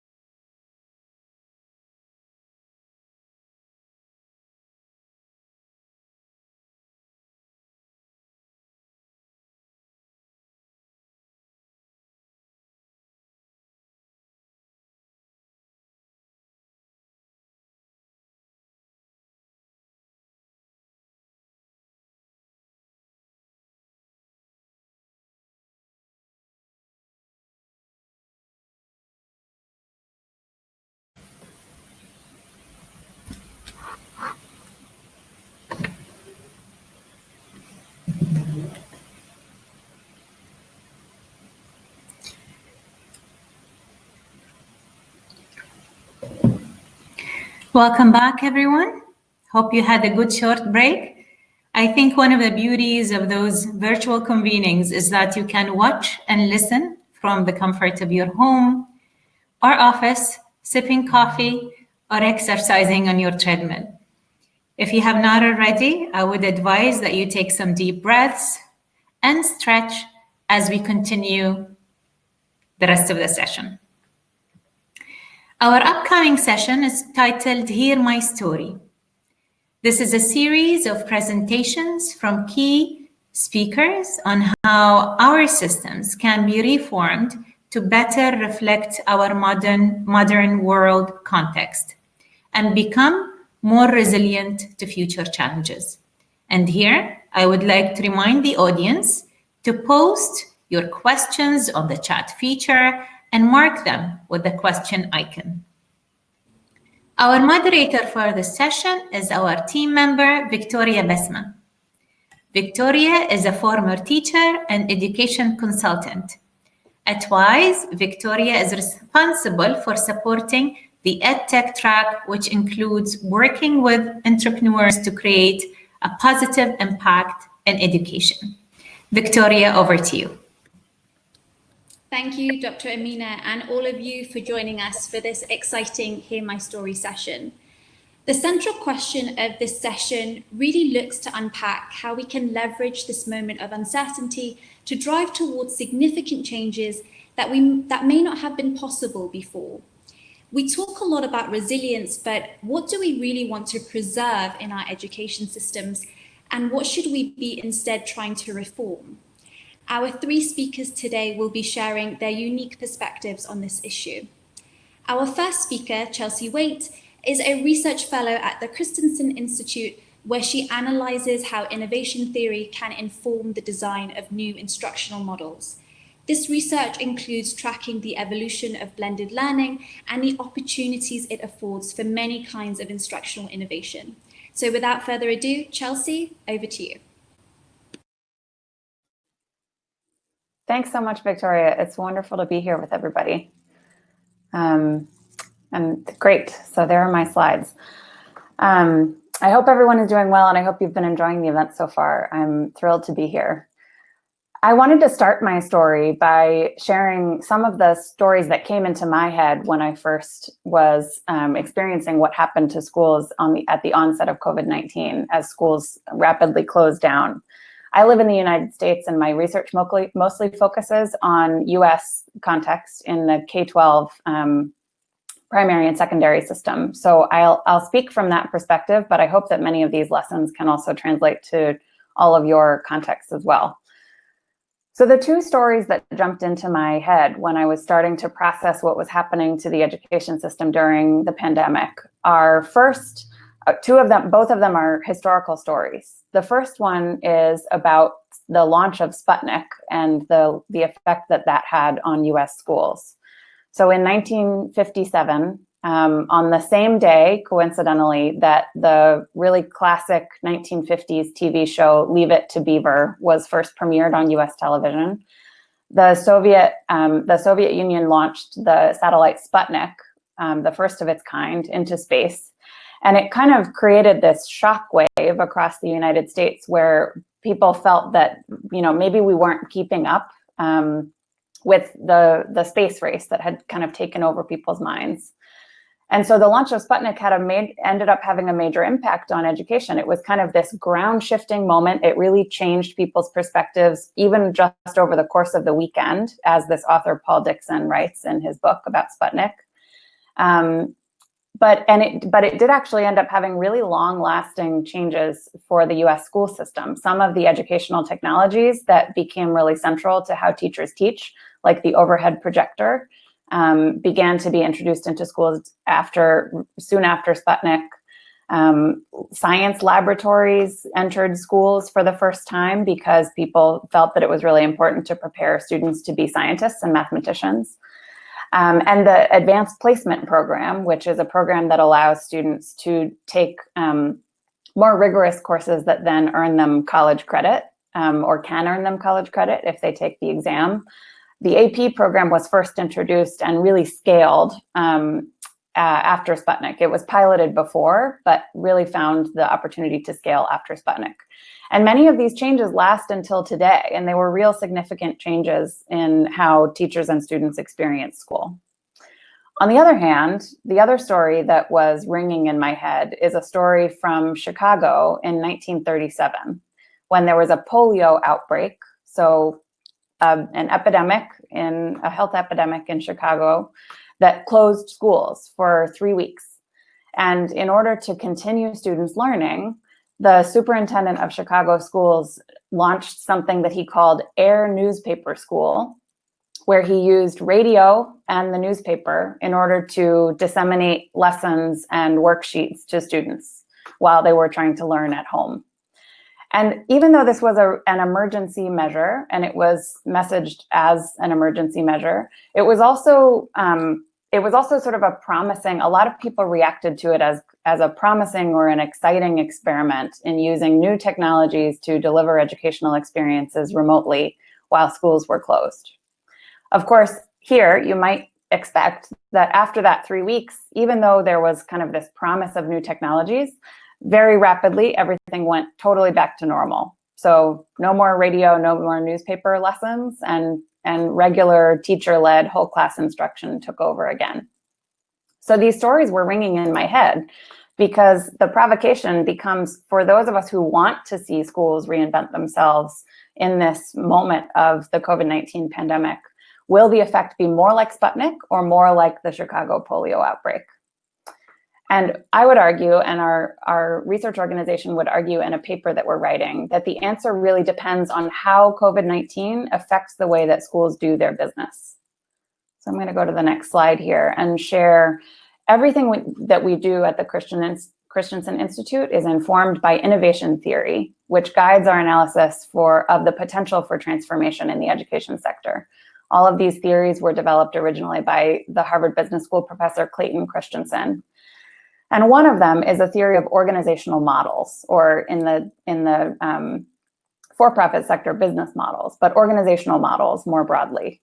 And we argue that organizational models are made up of 4 components: resources and processes that define what organizations can and can't do, and then a value proposition for what promise they're making to their stakeholders, and a revenue formula that defines how they generate money to fund their activities in an ongoing way. And those 2 components define what organizations will or won't do. So there's capabilities that define what they can and can't do, and then value proposition and revenue formula defining what they will or won't do. And over time, these 4 components become really strongly interlocked and calcified, making it really hard to change the entire model. So in our most recent research, we're working on a paper that examines how does the pandemic affect schools' organizational models, and what changes would make long-lasting and more positive change most likely. So there's a lot that's going to be in that paper, which hopefully will be published in July. But today I wanted to mainly discuss the concept of processes. So all of the processes in schools, from instructional approaches to bell schedules to attendance, ways of taking attendance, and all of those other processes. I want to focus on how those processes can change and what the theory tells us about how processes can change. The first big insight is that there's a lot of conversation right now about resources in schools, maybe not processes. So a lot of the conversations are about getting devices and the internet into students' hands so that they have the ability to access their learning materials. But we would argue, based on the theory, what the theory tells us, that it's actually processes that define much more strongly what schools are able to do. So resources might allow you to do what you currently do better, but new processes are actually what will transform how schools operate. And so it's much more important to invest also in processes and not only in new resources to solve the problems that I think everyone on this at this conference wants to solve. So focusing on those processes, I'll just briefly highlight before I pause 2 ways to introduce more lasting changes through the processes that make up schools' models. The first one is to prove that new processes, such as perhaps blended learning, which makes students' learning experiences more flexible, gives them more control over the pace or the pathway of their learning. So prove that those new processes are actually better than the old ones on the ways that people judge schools today. So on the metrics that schools are held accountable to today, prove that the new processes are actually better than the old ones. We would argue that COVID-19 has actually not done a lot inherently to change what people expect from schools. So whatever new processes we're introducing today, it will become kind of a fight between the new processes and the old ones. And so if over time, during school closures or during social distancing, we can actually improve new processes enough to have them compete effectively against the old ones, then there's a chance that those new processes could win out. The second thing I wanted to point out, though, is that even when new processes prove that they're better than old ones, the old processes are still really strong. They're remarkably persistent in models, in schools' organizational models. And so one of the second recommendations that we're putting out there is that a lot of the policies, governmental policies that dictate how schools operate, they sort of enshrine old processes in stone. So they say you have to accomplish a set number of instructional minutes in order to be qualified to be a school. And if we change a policy so that in fact instructional minutes is not required, and instead we are measuring students by what they learn and their growth in their learning trajectory instead of how much time they spend learning, then we have more flexibility to actually let go of old processes. Otherwise, it could be that we're trying to do the old thing and the new thing at the same time. So the second big lesson that we're arguing in the paper is that policies need to allow schools to let go or retire old processes in order for the new ones to be able to compete. So there's a whole lot more that I could share about the findings that we're putting forward in this paper and this new research that we're doing. But those are just a couple of nuggets specifically about schools' processes, new and old. And so to conclude, before we go to a couple questions, I just wanted to say, sort of in the big picture, that we're finding that radically reinventing schools isn't any less of a challenge now, today, than it was before the pandemic. But due to all the upheaval, we do believe that the door is open to change. And so if leaders understand how schools' organizational models work and the changes that are likely to work with those organizational models or be rejected, then they can be more effective at planting seeds for change that really lasts over time and that comes from inside of schools and not just the circumstances that schools find themselves in. So thank you so much, and I'm happy. Thanks, Victoria. I'm happy to take a couple questions if we still have time. Yes, absolutely. And it was great to see your presentation. I like the Sputnik reference there. I thought it was really interesting that, your note about reinventing schools hasn't become any less of a challenge now than it was before COVID. Unfortunately, it's taken a crisis like this to prompt us to reevaluate long-standing systems. So my question is, how do we in the future ensure that adaptability is far more of an inherent characteristic of our education systems moving forward? I think that's a great question, and really closely relates to the points that I was making about processes. I'll give a good example that I've written about a little bit in the past. Traditionally, at least in US schools, and I think this tends to be common across the board, schools have processes for strategic planning that are very conventional. So that you start maybe at the beginning of the year and you say, here's my entire plan for the entire year, week by week. And these are the goals that I plan to accomplish, and I'm going to turn in the plan, and then it's kind of set in stone. That's the plan. So that's the traditional way of doing planning, which we would call a process. I would argue that a more adaptable process for planning is something that we call discovery-driven planning, where instead of saying, here's my plan for the entire year, you say, here are my goals for the year. Here's the plan as I understand it right now, but the plan has a lot of assumptions embedded in it. So I'm going to assume that I will be able to work with students in my classroom. And so over time, you can then test whether those assumptions are proving true. If they're not proving true, then you adjust the plan and maybe you move it in a different direction. So it's an equally disciplined way of planning, but it takes into account that there are a lot of things that we don't know about the world or how the world will change. And so Sure. if schools were to start using that form of planning, I think that would be equally effective, but make them much more adaptable going forward. It's funny because we expect students in the classroom to be experimental and to try things, test things out and see how they work. But at an organizational level, we don't do that. So it's nice to hear kind of that we're moving in the right direction. There's work going in that direction. That's right. Well, thank you, Chelsea, so much for an interesting take on this topic. It's been great to gain your insight. Thank you so much. Thank you so much. I'd now like to welcome our second speaker, Daniel Dotzi, co-founder and CEO of Lead for Ghana, an experiential leadership development program that aims to promote positive changes in teaching practice, school culture, and educational outcomes across communities in Ghana. Daniel, over to you.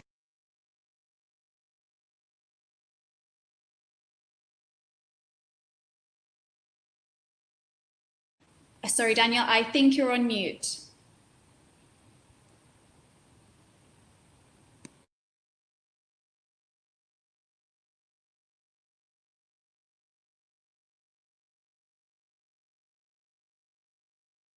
If you just select the little mic button next to the camera.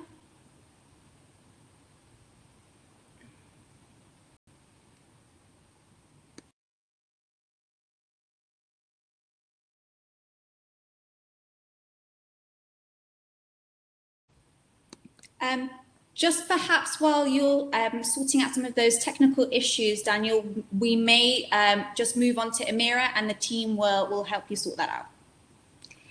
So if I can just go ahead and introduce our next speaker, Amira Yahyaoui, the founder and CEO of Moss.com, a platform that aims to create a bridge between citizens and government through technology, making it easier for students to access financial aid. Amira, over to you.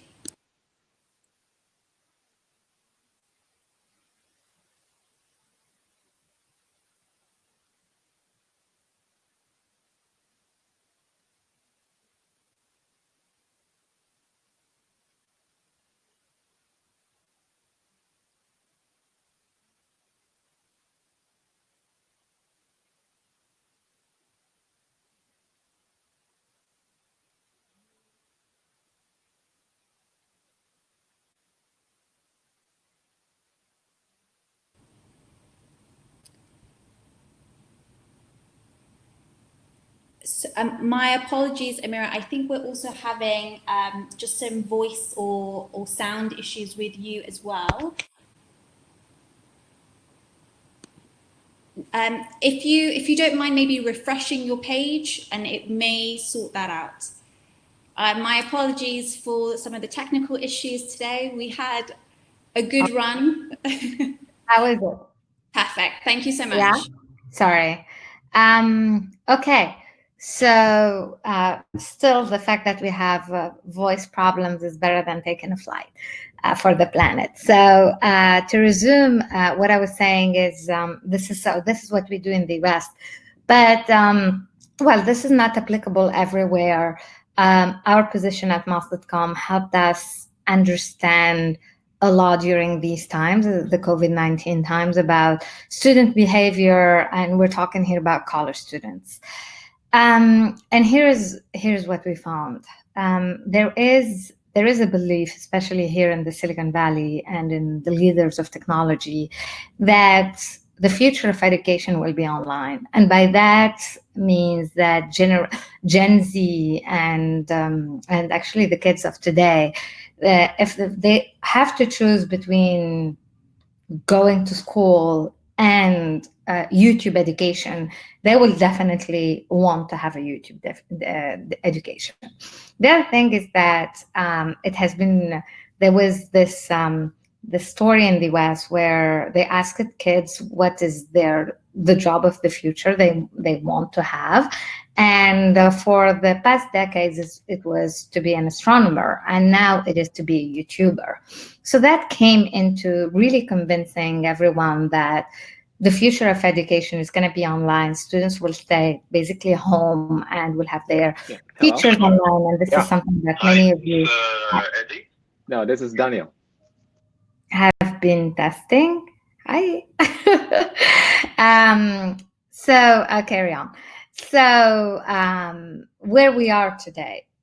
Today, for the past 3 months, we have students locked at home, locked/not locked at home, on Zoom, on YouTube, on all of those platforms to educate. And we made this research with our students. We have 200,000 students, and 70% of them hate Zoom education. So this is from 0 to 5.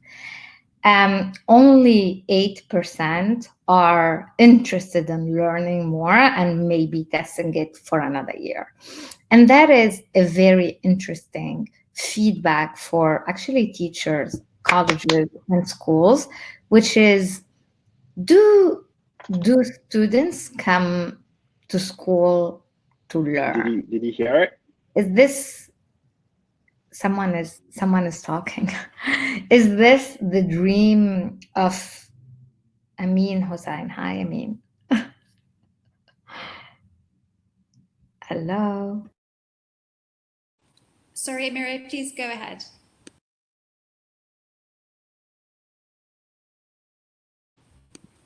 We seem to have lost Amira.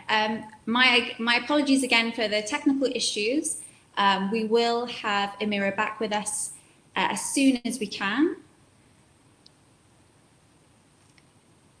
In the meantime, it would be great to see in the chat some of your comments or perhaps questions for the speakers that have kind of come up as you've been watching our presentation so far. A lot of really interesting ideas. And just for those of you who may have missed my introduction to Amira earlier, she is the CEO of Moss.com, really radically thinking the way that we finance higher ed and the way that students access financial aid. So a great speaker to have once we can get her back online. I believe that we can have Daniel back on the stage, so we may reorder. Hello, Daniel.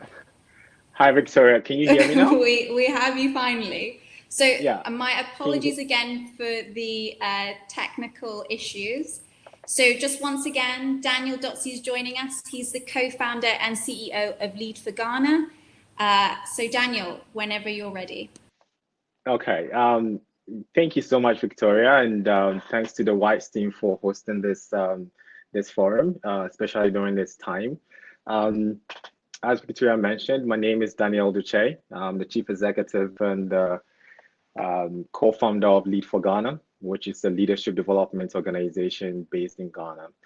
Basically, what we do is we try to find the best and brightest young professionals in Ghana, as well as university graduates. We train them. We take them to some of the most difficult areas, poor communities, to go and teach for 2 years. And the reason we do this is because we want the next generation of leaders in Ghana to have a first-hand experience of the challenges in education and in low-income communities. So when they're making policies and making decisions, these decisions and policies actually come from experience and not just theoretical.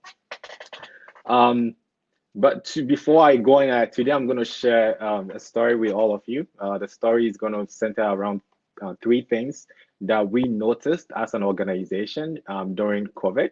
And most of the challenges that existed during COVID existed before COVID. It's just that COVID really brought those challenges to the forefront.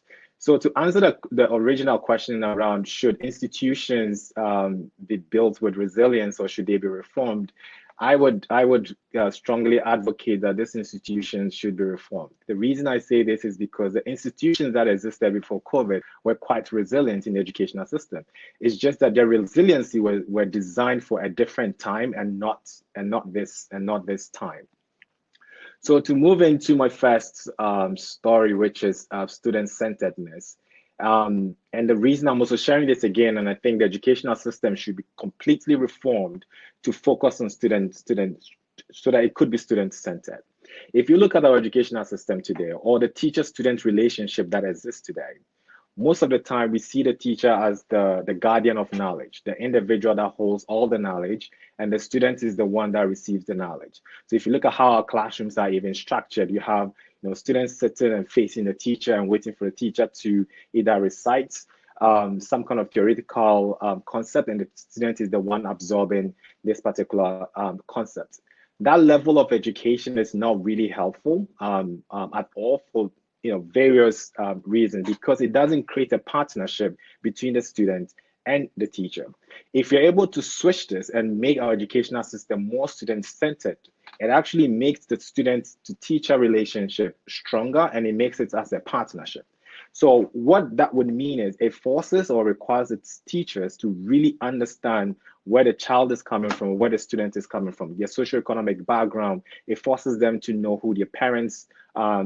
It forces them to know what their lifestyle is outside of the classroom. But it also requires the student to also get to know their teacher really well.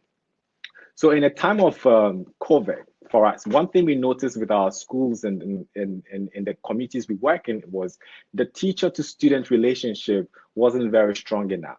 So you had teachers that did not have the contacts, numbers of the parents of their students. They didn't know where their students lived. They didn't know how to reach their students. And we're also working in the communities where they didn't have access to technological devices. So how does the teacher continue to engage the students when the teacher is not in partnership with the student, in the sense that the teacher doesn't know the contacts of the student, or doesn't even know where the student lives? So you create a system where there is no engagement between the teacher and the student has also not been taught on how to learn on their own. So there's no learning happening at all. And it's sad to say that we have students in this country and other countries across Africa that have not been engaged in learning at all for almost 4 months. So COVID has given us a huge opportunity to sit back and really ask yourself, how do we develop a student-to-teacher relationship that actually requires our students and our teachers to work in partnership, get to know each other. So when you run into a pandemic like this, the teachers can still engage with the student through the contact of their parents. They can still engage with the student by doing home visits and also respecting social distancing, depending on what pandemic that is been dealt with. So that's the first reform that I think COVID has presented us with that we really need to focus on. The second story I want to share is also technology driven. The reason I say this is, and I'm going to share this, all this I'm sharing within the context of Ghana, and I know this is also a microcosm of what is happening in other parts of Africa or other countries that I've visited. In Ghana, for instance, high school students or students that are yet to get into high school are not allowed to own technology devices. And you heard me right. They're not allowed to own technology devices. So the culture of technology in our schools is non-existent, which also means the teachers are also not engaging with technology. Now, what is the first thing that happened when COVID occurred? Most schools transitioned onto online learning. Now, how do you transition onto an online learning system when your students are not used to using technology devices, don't understand the technology devices, when teachers are not using technology devices, they're also not used to technology devices? You have by default created a barrier between the teacher and the student because they don't have the devices that they need to be able to engage with. So I think COVID also gives us another opportunity. Look, we need to sit back and really understand that technology is here to stay, and technology devices should be something that every student should be allowed to engage with. I personally believe it should almost be like a textbook. Like every student should own a technology device. And not only would it help the student and the teacher be able to engage outside of the classroom through online learning activities and learning experiences, but it also helps us in terms of climate change, because all the contents that are on textbooks can be transferred to these technology devices, which means we're not even falling down more trees to print out textbooks and so forth. The other thing that technology also does is it really enables us to scale learning experiences to other schools and other communities, because you can reach more people through technology than from human to human interaction. And the third thing I want to share today is around leadership and accountability. One of the things we've noticed is if the leadership in the educational system is not strong enough and accountability is not strong enough, that trickles down all the way to what happens in the classrooms and the communities. So, for example, I'll share this in the context of Ghana. In Ghana, you have the national government, you have the regional government, you have the district government. And the educational system is set up that way. You have the national education system, the regional education system, and the district education system. All schools report to the district education system that resides in that particular district. So you can think of yourself as, if you don't have a strong district office that is managing the district schools, by default, those schools are not being managed really well. So what we've noticed is, we don't have leaders in some of these districts that are constantly going to schools to really understand what is happening in these schools, taking feedback from these schools that inform the policies that they're making. So again, COVID gives us another opportunity to just sit back and say, what are the instruments, what are the tools, and what are the leadership skills that we need to really develop in our educational leaders to hold not just themselves accountable, but to hold teachers and head teachers accountable in making sure that the kids are learning the materials that they're given to them. So and those are the three things that I really want to focus, but I also want to give an example of how a great leadership skill looks like. We had a couple of some of our teachers that we place in some of the most remote areas. And one of the things we require of them is they need to identify a challenge in their community and solve them. Now, when we come up with these ideas, a lot of people think, resources for schools are the responsibility of the school head or the government of the day. But what we noticed with this teacher is we have one of our teachers that reached out to an organization called Reading Sports on Twitter because they noticed that Reading Sports was building libraries.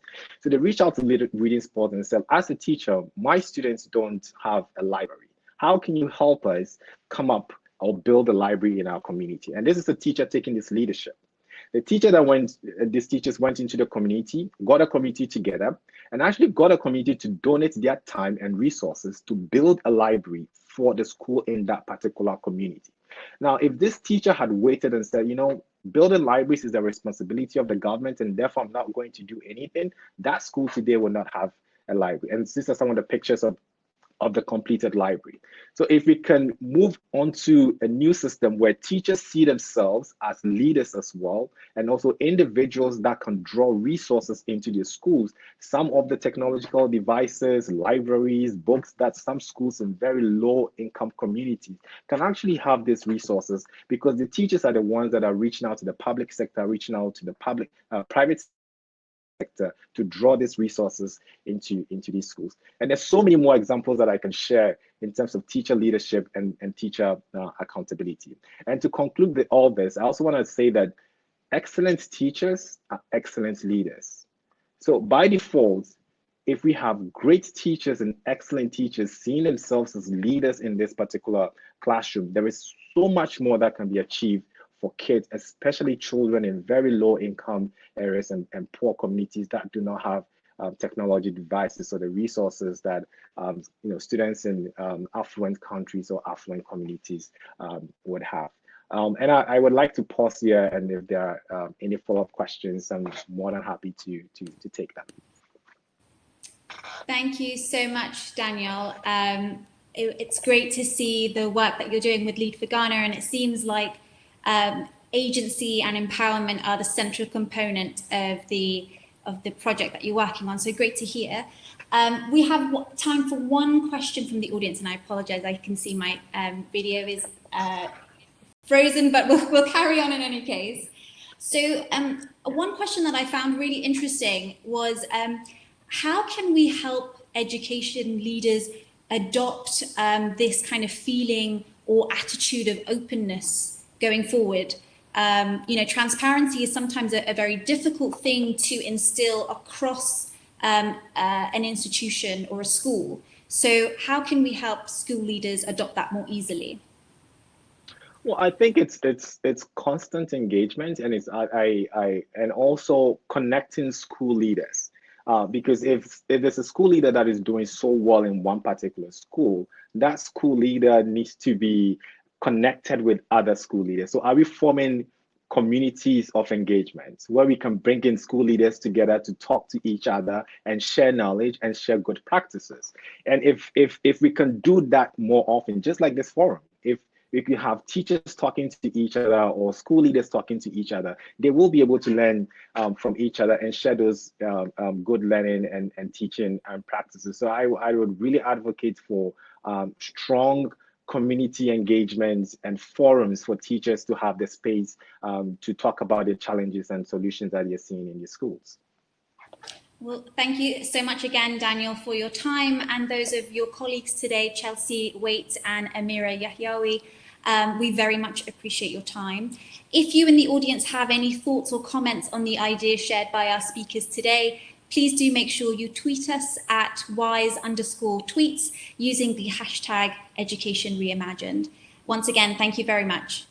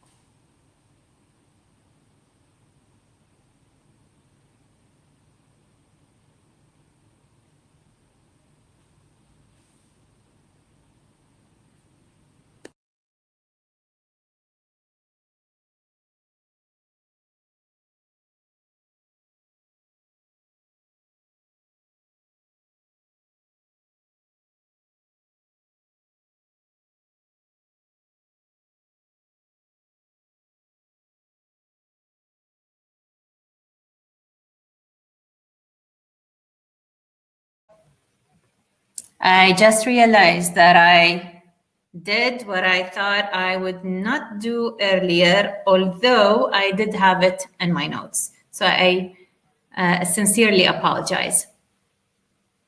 I think my team members are trying to contact me, so give me a moment, please. Hello. I think they wanted to deliver the message that I was on mute, so sincere apologies. Again, thank you, Victoria, Chelsea, Daniel, and Amira. Amira, we apologize for any technical glitches. One thing that I learned today is that technology cannot be trusted, and we cannot be trusted with technology. So this was meant to make you laugh. I hope it worked, because I see that I cannot trust myself with technology. And thank you for the great stories that we've heard. And definitely one of the main takeaways from me from those stories is that adaptability is important for reforms to take place. Our next session will focus on the expertise of practitioners and examine how to harness innovation to decrease the equity gap and reorient the system so that every learner can thrive in an ever-changing world. I have the privilege of moderating the upcoming dialogues. I would like to start by explaining to you the format really quickly. Each one of the speakers will have some time to share with us their insights, one after the other. Then I will engage in a conversation with them, followed by a Q&A. Without further ado, I would like to welcome the speakers for the first dialogue, Dr. Rebecca Winthrop, Senior Fellow and Co-Director of the Center of Universal Education, the Brookings Institution, and Fiona Mavhinga, Executive Advisor at Camfed Association. And as I open the floor to my guests, we will post a poll. The poll is on what do you believe are the biggest barriers preventing an education system from leapfrogging? And I invite you, the audience, to vote for the poll, please. And meanwhile, Rebecca, it is great to have you with us again at WISE. The floor is yours.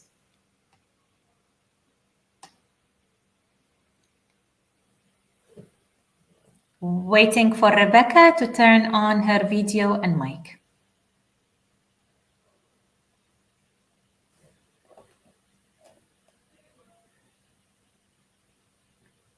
We'll give it a few seconds. And meanwhile, you can take your time to answer the poll.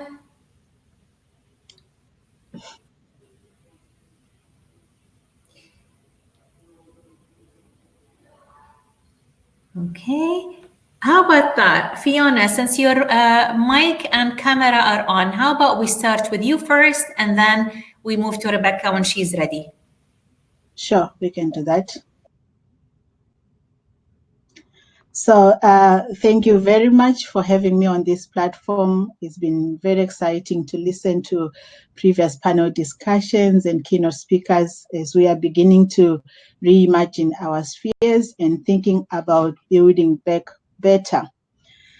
For over 25 years, CAMFED has been supporting girls' education in rural sub-Saharan Africa, where the need is most acute and where the intervention through education is most transformative. CAMFED's work has resulted in over 4 million of the most marginalized children accessing education. CAMFED has been working in 5 countries in Africa, that is in Ghana, Malawi, Tanzania, Zambia, and Zimbabwe. We take the most marginalized child as a client that we serve, and we rally the community to create a wraparound support around that child to ensure that that child not only gets access into school, but she remains in school, as retention is important to us. And while she is in school, they learn and develop skills necessary for the post-school world. We look at the risks of exclusion, whether it is hunger, whether a child is coming from a child-headed household, is it lack of sanitary protection or any child protection issues, and we ensure immediate response. We do not run a conveyor belt of numbers of children reached, but we make sure that each child we support is taken as an individual and we tailor our support according to their needs. I am here representing 157,005 members of our network who are the Alumni Association of CAMFED Support in Rural Africa. We formed the CAMFED Association in 1998 after coming together as the first 400 graduates of the program, and we were beginning to think about what next for us. And we realized that we had graduated into an abyss of some sort, a world of high unemployment, limited employment opportunities, high HIV infection. And we realized that if we come together, we will be able to share our experiences, we will be able to connect each other to opportunities that are available. But most importantly, we will also be able to use our collective power to reach back to children who are growing up in communities like we grew up in, and support those children through education and beyond. So the topic that we have today about how can we accelerate progress by leveraging innovation is something that CAMFED has been working on. You're back in. Do you see me? Your video and microphone are muted, right? I apologize. I think, Fiona, maybe the voices of Rebecca and the others are overlapping. Sorry, Fiona. I'm on technical support back here. I don't know how to turn my mic off. Okay. The main icon, the mic icon at the top, Rebecca, that's how if you press it, you turn it off. Thank you. Back to you, Fiona. Thank you very much. So I was beginning to say that the topic under discussion this evening accelerating progress by leveraging innovation and especially ensuring that the most vulnerable are reached and are not left behind has been at the core of CAMFED's work. And how do we do that? Like I mentioned, we focus on accounting to the disadvantaged child. We focus on accounting to the marginalized child and treat that marginalized child as a client, as an important individual, and ensure that we create the necessary wraparound support for them to ensure that they are in school, they are learning, and they are prepared for good performance in school, but also for the post-school world. We also address systemic barriers for these children. COVID-19 has really exacerbated some of the systemic challenges that impact on the most marginalized, in particular the issue of poverty, because we know that most children do not go to school because of poverty, especially from our experiences with working with communities in Africa. During this particular time in this crisis, CAMFED has been working with families and communities to ensure that we remove the pressures that impact on them by supporting the provision of food packages, soap, sanitary supplies. You are all aware that for a majority of people in sub-Saharan Africa, they are employed in the informal sector and rely on daily earnings to feed their families. Lockdowns have meant that they have to cease or slow down business, and therefore, and they have also lost access to supplies or markets and have become food insecure. Fiona, if you don't mind me just, intervening here, because I want to tap on your experience at CAMFED. But first of all, I would like to say it's really great hearing from you as one of the first young women who completed her education with CAMFED support. Sure. And today you speak to us as a lawyer holding the position that you have at CAMFED. And my question to you, how do we ensure that when schools close for long periods, those most at risk to its effects, like female students or students from low socioeconomic backgrounds, are not severely impacted? How do we make sure that they can continue learning? Sure. So, like I was saying before, it is important that we address the systemic barriers that affect these marginalized children. We must tackle poverty for these families. During this time, they have lost their earnings, they have lost income, they have become more vulnerable, and for most of them, they are very much food insecure. And we must also tackle gender inequality. And in marginalized contexts, my apologies, I'm hearing a bit of noise. I'll mute my mic. Okay. Thank you. So I was saying that we need to also tackle gender inequality. In most marginalized contexts, girls, we're seeing girls that are taking on additional caring duties, and they have had to work to be able to earn money for food. They are vulnerable to exploitation, early pregnancy, child marriage, and violence. The issue of gender inequality is really multi-layered. So as much as possible, we must leverage on community partnership and intensify our engagements with parents, with local authorities, including traditional leaders and school authorities, to address early marriages. Gordon Brown yesterday mentioned that during the Ebola crisis in Sierra Leone, child marriage doubled.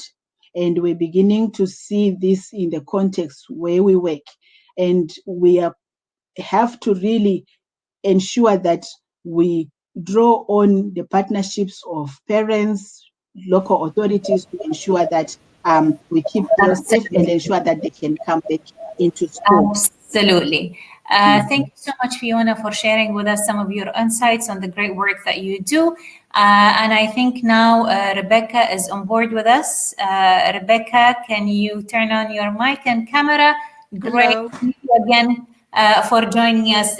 Rebecca, I'm sorry regarding the technical glitches that we faced earlier. And for this reason, I know that we're running a little bit over time, but I would like, instead of maybe you presenting for 5 minutes, I would like to engage with you in a conversation if that is possible. Great. Sounds great. So my question to you would be, what is the leapfrog pathway and how can we use it to improve schools once they reopen? Yeah. So this is something I've been talking a lot with our partners about, because if there ever was a leapfrog moment in education, I feel this is it.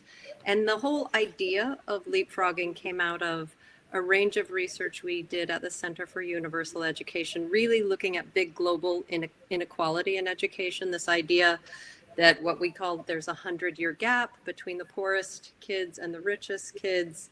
And if we don't do anything different in education, it's going to take another 100 years, give or take, not exactly, but more or less, depending on context, for them to catch up. And that is just morally not acceptable. And this 100-year gap is bigger now because of COVID. And those, COVID has laid bare the deep inequalities in many, many countries. And so leapfrogging was our response to say, well, what could we think about conceptually as a community of education practitioners and policymakers around how we could accelerate this change? And for us, we looked at, we had to ask a couple of questions. One is, what is the end goal and purpose of education? This is a hotly debated and contested topic because you have to know where you're leapfrogging to. That's really important. And for us, we said, you know what?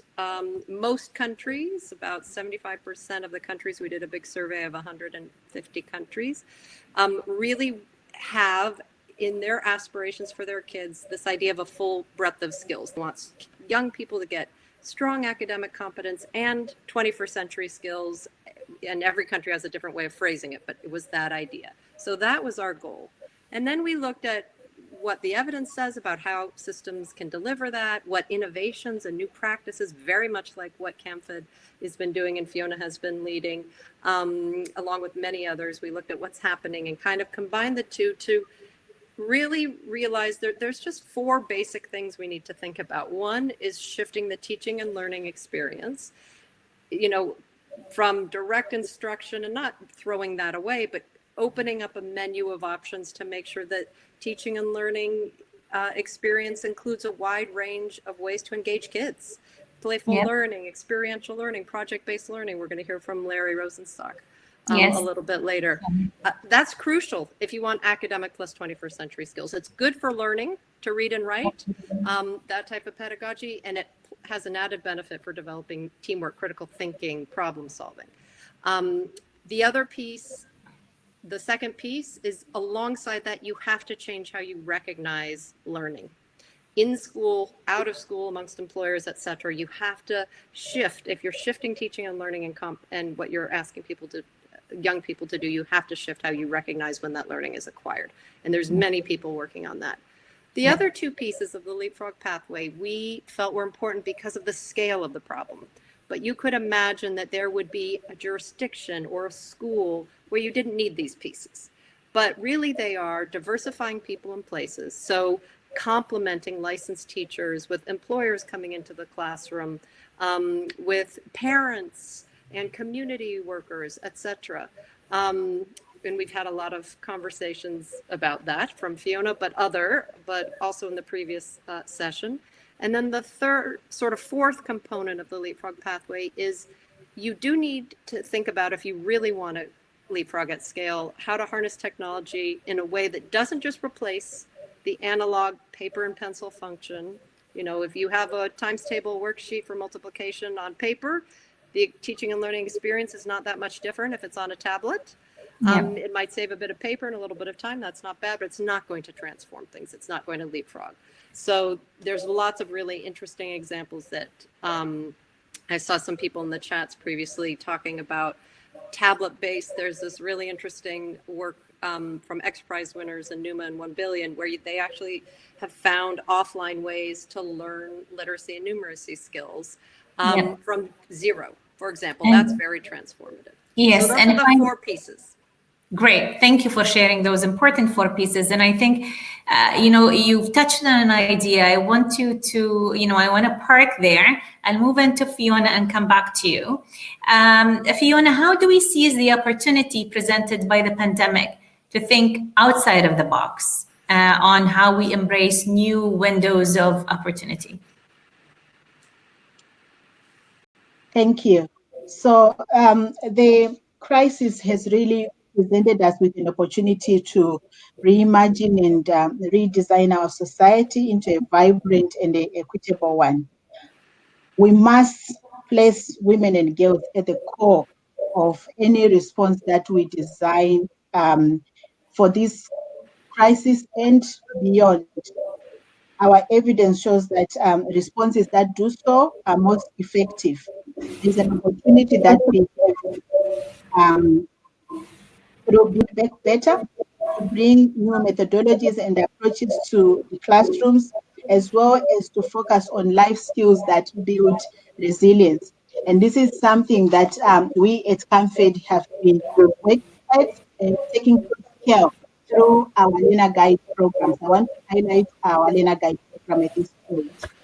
We crystallized the outreach and support that members of our CAMFED association, the CAMFED alumni, have been doing in schools into a program that is led by graduates and designed a curriculum of resilience and employability skills, if you like, that has now been endorsed by Ministries of Education where we work. Young women of Kama have taken on Learner Guide roles and work with a cohort of children in schools over 12 to 18 months. And through this, they have really become confidantes. They follow up on any children that are absent from school before it's too late. They draw in authorities to ensure that the child comes back into school and continuous learning, and they provide mentoring. And especially during this crisis, one thing that we have seen is also everyone has been talking about the importance of digital skills. But we must know that the digital divide is real. There is a wide digital gap. And recently in our work in Tanzania, we followed up 9,000 students that we support to be able to find out their out of school circumstances. And while learning responses have taken lessons onto TV and radio, we found that 67% of our clients did not have access to remote learning facilities.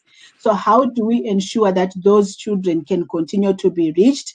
We then instigated again our young women who are based within those communities to be able to continue to support learning during this time where the children have no teacher.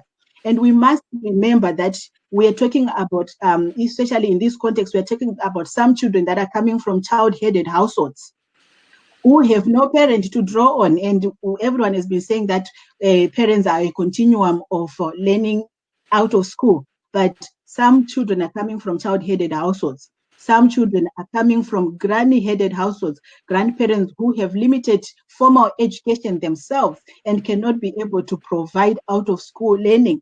So therefore, ensuring that we have role models in communities, especially in disadvantaged communities, that can continue to provide this support to children is important. Young women of Kama have been brilliant, and I must commend them. They have gone out to communities conducting socially distanced sessions with children. They have started to provide masks during the time when the pandemic was starting and there was a lot of myths and misinformation. They were providing handwritten posters and translating material from English into the local languages to be able to provide learning. So I think we need to be able to scale and ensure that providing role models to these communities and realize those gaps that are very real for the most marginalized. Thank you. Absolutely. Thank you for sharing that, Fiona. So, Rebecca, I take it to you, bring the question to you as Fiona was talking about the importance of engaging the community stakeholders in designing those solutions and responses. Would the crisis help teachers, parents, caregivers, governments be less conservative in their understanding of how learning should happen, you think? That is a really good question that we have been hotly debating in our team because we work with many policymakers and practitioners in large organizations around the world and are seeing, to be totally honest, I think it could go either way right now. I think we're seeing on the one hand, a real potential for moving backwards in the global education sector, 5, 10 years, remembering that 10, 15 years ago, the big agenda was access. And then we focused on sort of quality foundational literacy skills. And now people are beginning to really talk about, it's not enough for poor kids just to be in school and learn how to read. They too should be able to have, 21st century ready education. And we're seeing a lot of people going back to basics, really narrowing down because education systems are strapped, they're not prepared, and parents are overwhelmed. And so I'm not sure that to me means it will make it harder to change and be more conservative. At the same time, and I do feel like we're sitting right in the middle at a pivotal moment, which is partly why we're so interested in this leapfrogging idea and helping people to think about the other side. At the same time, the previous panel talked about crisis and opportunity. I've worked in rebuilding education systems post-crisis for 15 years in my prior position. And there is always an opportunity amid crisis to do things differently because the existing structures and relationships have been altered. And so I think parent engagement and really thinking about parents as a lever, not as a replacement for a teacher, but as a lever for really pushing the system to make learning meaningful for their kids. Now that they all of a sudden have a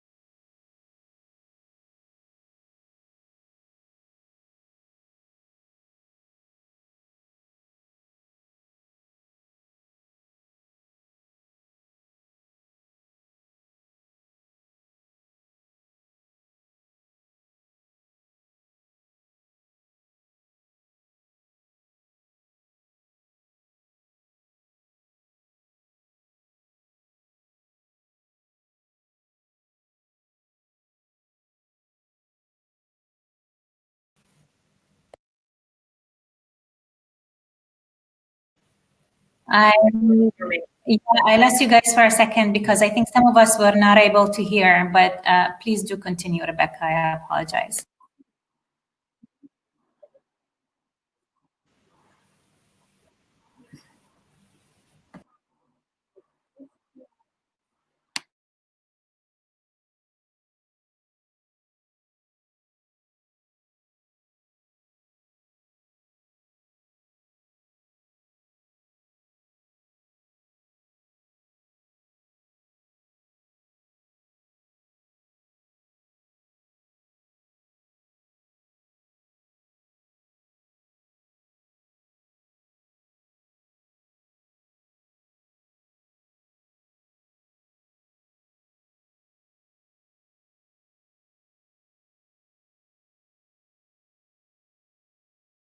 Great, I do. I can hear you. So maybe, Rebecca, what I would recommend for our last question, as I think I'm receiving, notes from the technical team that they cannot hear you, but I do for some odd reason. Maybe with that, if you can refresh your browser as I try to wrap up this dialogue. I think you're fine. I think now people are saying that they can hear you, but maybe with that, it was really interesting hearing, the perspectives that both you, Fiona, and Rebecca were sharing with us today. I highly appreciate your perspectives. And last note, I think, really in a few seconds on, from each one of you, do you think that, learning from each other and sharing of ideas is crucial on the way forward? And I feel like, I'm pushing you to give a certain answer. That's a leading question. Do you guys hear me? Do you hear me, Fiona? I think my one sentence answer is that I think actually now more than ever before, lessons are shareable globally across the globe. It's something we've always believed at Brookings and have spent a lot of time looking at. Not everybody's been receptive, but now I'm talking to school districts in the US that really want to hear about innovations in rural Brazil or Malawi, for example, and vice versa. So I actually think expanding this sharing of lessons across the globe is crucial. Thank you, Rebecca. And Fiona?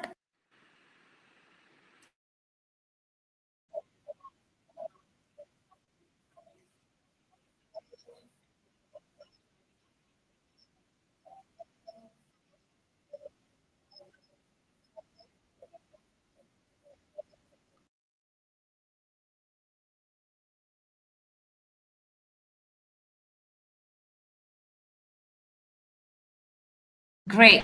Well, thank you again, Rebecca and Fiona, and apologies about the technical glitches, but thank you for a great conversation on bridging inequalities and delivering quality education at scale. And, not only for everyone, but also, for the most vulnerable communities. Thank you.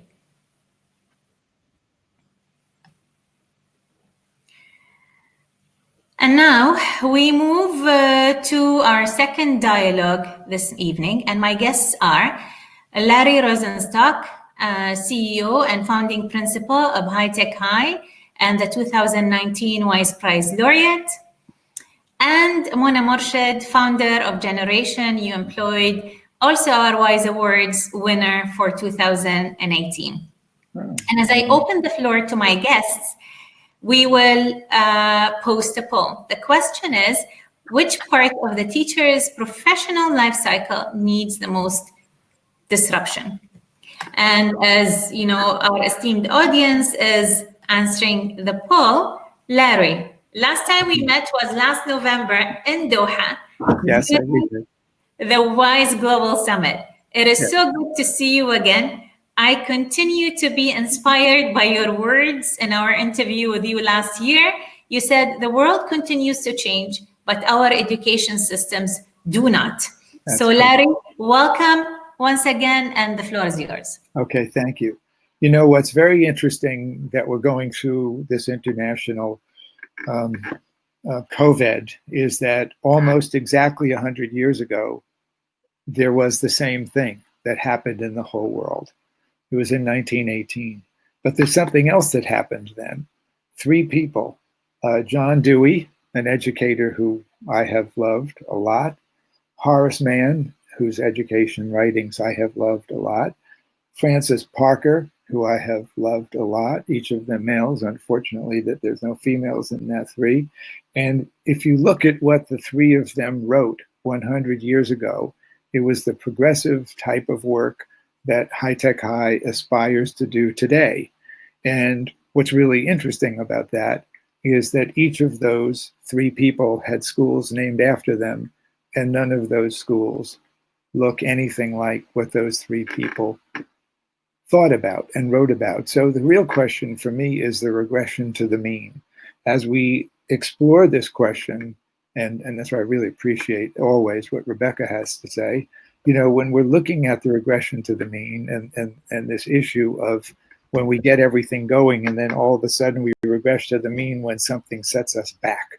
It could be anything. It could be the preparation of teachers. It could be something like what's happening with the COVID. So for me, at High Tech High, we created 16 small schools. They're all intentionally small schools because small schools are more intimate.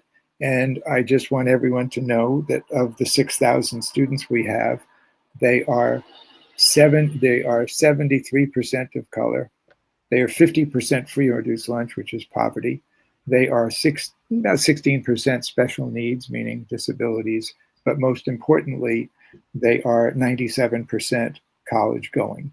Now, I'm wondering what's going to happen with college going right now. And a lot of us are in the United States because we just graduated 5 classes and some of the colleges aren't going to be open in the fall. How many students are going to fall off, or how many students will say, especially with their first generation college goers, will say, well, okay, I'll just won't go yet because the college isn't ready, but in a year or two I will. And how many won't get to that is a concern that I think a lot of us in the United States, at least, are certainly having. In terms of our pedagogy, which is project-based learning, I want to speak about one example and not take up too much of the time of other people here. Our kids have written hundreds of books, about 300 books already that have been published. And with the Wise Prize, by the way, we are now putting together, we're almost halfway done, the High Tech High 100, which will be partly the International 100. It's a collection of the best 100 most sophisticated projects that our students have done and make it available for free to the entire world. And that's moving really apace. But I want to talk about one of those projects in particular and why it's impossible to do that project if you're at home. We had some teachers about 3 or 4 years ago who started teaching students how to send up little rockets, not obviously for violence, but because it's all math, first of all, and a lot of other important things. And so that project became that classroom, which is 2 doors down from my office. I get there early in the morning and leave in the evening. The children come early and they don't want to leave at night because they are absolutely obsessed with these rockets. They now have made rockets, and there's an area that is 5 hours north of San Diego where you can legally send up a rocket. The only people who can send up a rocket are University of Berkeley, US, California, LA, excuse me, and also High Tech High. And the last time before we lost our ability to take kids with us, the rocket that they made was 2% shy of breaking the sound barrier. So for 6 years now, a group of students over years have been trying to break the sound barrier because that's what they really want to do. It's all math, it's all science. And right now, no matter what we say about doing work at home, they cannot break that sound barrier from home. It's not going to happen, okay? My daughter was teaching in New York City. In California, she went to High Tech High K through 12. She has a little kitten with her boyfriend. They were going to come and leave the kitten with a friend for 4 days. And the doctors in my family, right when the COVID was starting, said, no, take the kitten with you. And I've been watching my daughter teach kindergarten girls in Manhattan for the last few months in a room next to my house, right? I've watched her boyfriend at the Harlem Children's Zone teach there too. We have a lot of students that are doing that. From our survey of students about how they feel about doing this at home, it ranges to about 72% they don't like it, okay? And what about low-income kids who have parents that have to leave and there's nobody else with them? So that's just another issue. So, yeah. So finally, maybe if I may, intervene here can you hear me? Yes, I do. I just want to intervene here and, just comment on, the fact when you were talking about the kids staying up late working on the rocket. Yes. When my son and I, were big fans of your video, the one that we made last year in 2019. And whenever my son watches that video, he goes, "Mama, this is a school that I would love to go. You would not ask me or wake me up in the morning to go to." I think, a question that I want to pose to you, maybe, Larry, and then I would like to hear Mona's response as well to the question is, and maybe you can start the other way around, is how do we better connect learning to employability, especially in the likely context of rising unemployment numbers post-crisis? And maybe, Larry, I would start with Mona, if you don't mind, and then I don't come mind back at to all. Yeah. Terrific. So, Larry, your students have been trying to break the sound barrier. Ours are trying to break the bias barrier. So either way, there's a barrier involved at any event. So in terms of employability, I mean, so first, let's just understand the context of unemployment that we see today, right? So the world now is facing, hundreds of millions where we are looking at unemployed or underemployed. We are now also seeing that it is a much more diverse profile of individuals. So from youth to those who are in their 40s and 50s and so on, right? And so first, when we look at cracking this problem, it's not only for those who are in school today and how do they get to their first job, but it is about a whole range of learners of all ages who are now seeking to find employment. From my vantage point at Generation, so what we do is recruit, train, and place learners to enter into careers that would otherwise be beyond their reach. And we work across 14 countries, 26 professions.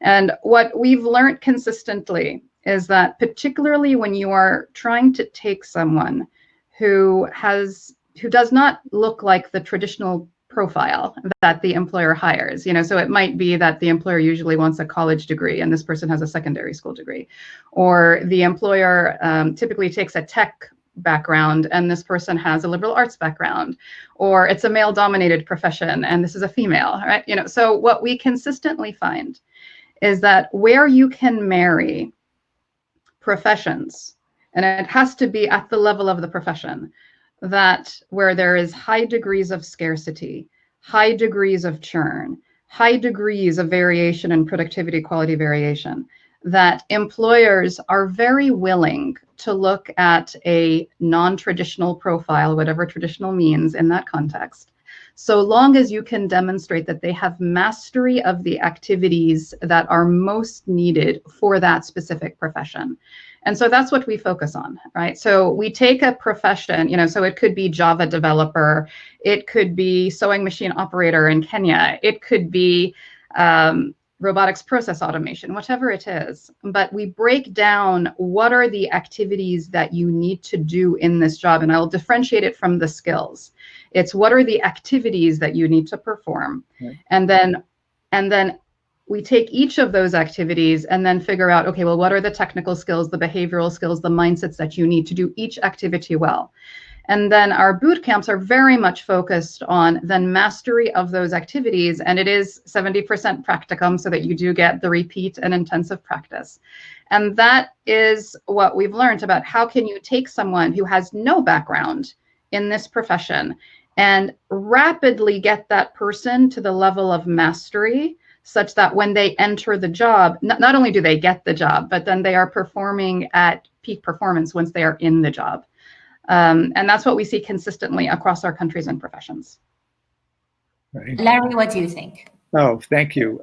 Mona, we got to talk. That's wonderful. When I was a younger person and a lawyer at Harvard with Paul Weckstein and for the Clinton administration, we wrote the School to Work Opportunities Act, in which the basis of it was that they had to be 16 to go out and work anywhere. That's perhaps where that came from. And it said, if I can do this, it's been a while, I think I can, students will gain strong experience in and understanding of all aspects of an industry, including finance, planning, management, underlying principles of technology, labor issues, community issues, health and safety issues, and environmental issues as they pertain to that industry. I cannot believe I remember that. and so what we were thinking about in particular were kids who were volunteering in hospitals, because you have to be 16 to work in a hospital, as I said. And again, when you learn how to take care of someone else and you're having a very tough life, you really learn how to take better care of yourself because you're taking care of someone else and getting used to it. So that's an approach that we have at High Tech High. So all students do an internship every spring. None of our students this spring had an internship because Larry, maybe on that note, I have a question from the audience from Dr. Dennis Roberts, and his question is, and that's for both of you, are the adversaries of innovation actually standardization, modeling, and professionalization? I did not quite get the question. I'm sorry. So what do you think are the adversaries of innovation in your point of view in relation to the work that you do? The benefits of innovation? Yes. Oh, I think it's magnificent. Kids love I think human beings love doing something that wasn't there before, whether it's making a meal or anything. I think they really, really benefit tremendously from creating new knowledge, if that's the person's question. Or for me, as a carpenter, you know, I'm trapped at my son's house. We've got our first grandson who's very impressed with himself, and we're impressed with him too. He's 1.5, and he's Cape Verdean, by the way. And so I'm doing some carpentry in my spare time. I'm a lawyer who relaxes by doing carpentry out in the barn. That's the human condition for all of us. There are other relatives who they're growing fruits and food down there, you know. So we love to make things. I think that the person's asking a great question. That's why schools should be much more focused on creating new knowledge rather than just feeding kids older knowledge, in my opinion. Thanks, Larry. And Mona, for you, how did you adapt during the COVID crisis? In multiple ways, and we are still adapting. So, so obviously the very first thing was we shifted all of our programs to being online wherever we could, right? And whether that meant being on Zoom and teaching synchronously, or whether that meant that we were able to then develop fully online programs, and that continues. One of the things which we also did in response to the crisis was that we realized in multiple of the countries where we work that nurses and nurse assistants needed support to be upskilled to treat and care for COVID-19 patients. And in particular, that there were some skills that were typically the purview of ICU nurses that now all nurses needed to have the skills to do, so ventilation and so on.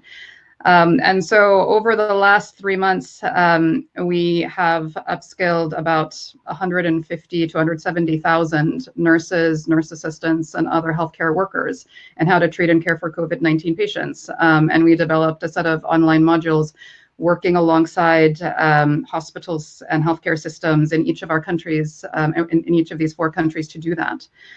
I think more than anything, though, this has really, I think, accelerated a journey that we were down. So we were already moving in the direction of having more of our programming online. But this has probably accelerated us by 2 to 3 years. And so our goal is now to be online first. So we have the same focus on our outcomes, the same 7 steps of our methodology, but to have an online first delivery model such that in each of our countries that we can support tens of thousands of learners to gain employment, because the magnitude of the unemployment challenge that the world faces today requires that. And we're also very keen on supporting other training providers, government providers, TVET systems to be able to use these tools as well. Mona, really thank you for sharing those great insights. And because, we're reaching kind of, the end of our session, I would like to pose a question for both of you, but I would like maximum 1 minute each. Schools and universities, as we know them, they might likely change forever as a result of this pandemic. What do you think are the most significant changes? You want to go first? Sure. So I would point to a few things. One is a recognition that there need to be shorter, more modular types of programs that are offered to support people to get employment, and not just any employment, but solid middle wage income opportunities. People do not have the ability to be in school for a year, 2 years at the post-secondary level, given the level of the crisis which we have. That is one.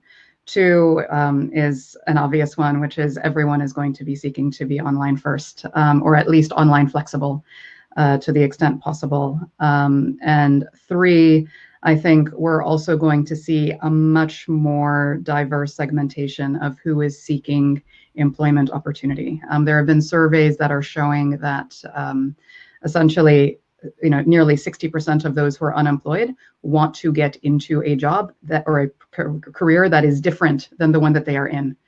And so we're just, I think, going to see a mass shifting more towards also tech, healthcare, and likely also green type jobs as well. Very well done. Maddie, over to you. A tough one to follow. You covered the whole ground. High Tech High was begun by somebody who first created a cell phone. And he asked us, because he made the chips for them a long time ago, and he said he had 2,500 employees, and the question he asked himself is, why don't we have a broader range of people working in our institution making these things? And High Tech High was called High Tech High School, and would I do it? And I said, if I could take the word school off it, yes. And that's how it became High Tech High. I agree with everything that Mona just said. I think that basically it's hard to figure what the numbers might be, but we know we're in a very disruptive, in a positive way, change that's going on in our society, and it's happening very, very fast. Certainly, I think a lot of kids who got into college unfortunately are now wondering whether they need to wait a year or two, and that often means that they don't go. So it's not all great, and colleges are hurting financially. Everybody is financially. So we'll see. But as Mona said, there's a lot of really good stuff in there that's really long overdue. I think that English, history, math, and science was really nice up to a point. That was the Committee of 10 industrialists in 1896. Everyone did it. It's fair to say that that's not the foremost it's of how to learn and how to grow. Thank you. Thank you, both of you, for your excellent insights. I have one question around upskilling, and how do you think we can leverage innovation towards upskilling? Upskilling? Upskilling. I don't know. I can't hear the word. Sorry. Upskilling. Yeah. Upskilling. How to do that? I'm sorry, I couldn't hear it. Okay. You're absolutely fine. How to leverage innovation towards upskilling, and maybe we start with Mona. Go ahead. Yeah, so sure. So there's certainly a lot of interest in how can you use AR, VR to be able to support rapid upskilling that is much more realistic to whatever is the job context. And so there are multiple players that are exploring that. And so that is certainly a way. I think what I would just say, though, is identifying exactly what needs to be upskilled and why and how. Like that to me is on some level more important than how do we use the technology to enable it. Right. I think that often we get caught up in, here are 100 skills that you should learn how to do, right? And we should, I think, particularly in the context of upskilling, what are the activities that you will actually need to perform? What are the ways to support you to be upskilled? And certainly technology can be a part of that answer, but it's a channel, it's not the what. Right, I agree, and to me, upskilled also means creating new knowledge. And that's why the hundreds of books that our kids have written about great topics are what I want them to say. Yes, you can write a book. Yes, you can look at things differently than the rest of us have looked at things before. Yes, we're looking forward to you all to save us and save our planet in the future because you're bright and you're brilliant and you haven't had chances, but we're going to give you those chances and you're going to pleasantly surprise all of us of what you can actually do if given the opportunity. That's how I describe that. One last question to both of you. In one word, can you describe the future of work? Now.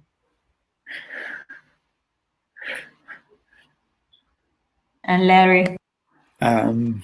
Different.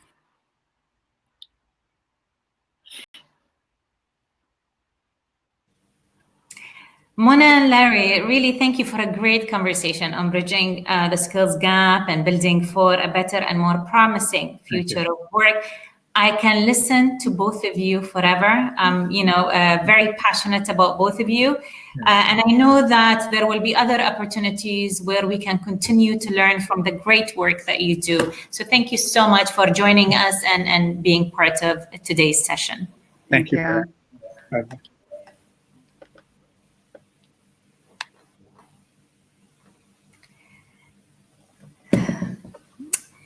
Okay, and we sadly, for me, we come to the end of our time together today. It has been really informative and inspiring listening to the amazing voices we had today. So don't go as of yet. I do have a few announcements to make. But first, before that, I want to do some thank yous. So thank you again to our speakers and moderators for being with us and sharing with us their wise words. Thank you also to our esteemed audience who have joined us from different parts of the world. This platform continues to exist with your support. As we wrap up, I would like to share with you some key highlights from today. We heard speakers speak about what is missing currently. Wise Learners Voice fellow Siddharth said, we all agree, and I agree with you, Siddharth, we miss the in-person human interaction. Ed from the London Interdisciplinary School stressed that resilience is ability to tackle complex challenges that we face. So the education system is not ready yet. However, I'm sure we can do that and change that. Chelsea Waite from Christensen Institute highlighted that investment in processes is missing. Processes define how schools operate. So let us invest in processes as much as we invest in resources. On a more bright side, earlier today morning, Fatma Ramehi, the CEO of the Doha Film Institute, highlighted that our humanity is kicking back in. As communities, we have experienced solidarity and unity during these dark times of crisis. We are all stronger when we collaborate, exchange knowledge, and discuss ideas. To me, to solve a challenge like COVID-19, it takes a whole community, or as we heard today from Mr. Quintero, the mayor of Medellin, a whole city it takes a whole city in their case. The education sector can learn a lot from this in terms of multi-sectoral collaboration towards achieving its goals. And I, Amina Hussein, say, we should not rely blindly on technology as the ultimate solution for our challenges in education. Technology should not substitute us. We humans continue to be the core of the education enterprise. All of these statements highlight the important roles that we all play at all levels, the individual, the institutions, communities and societies at large, and the ecosystems that bring us all together while leveraging, of course, on technology. I would also like to remind you all that registration for tomorrow's session is still open. Tomorrow will be the last day in this event series. We will examine how the current crisis has accelerated cross-sectoral collaborations and in turn underline the need to bridge the deep digital divide. Some speaker names that I would like to highlight from tomorrow are Sherry Weston, President of Social Impact and Philanthropy, Sesame Workshop, Rukmini Banerjee, CEO Pratham, Yang Lan, Chairperson of Sun Media Group and Sun Future Art Education Foundation, Patrick Brothers and Maria Spies, co-founders of Holland IQ, which is one of our main partners for the event, Vicky Colbert, founder Escuela Nueva, Crises Selianides, an education commissioner. And till we see you tomorrow, take care, stay safe, continue reimagining education, and good night from Doha. Thank you.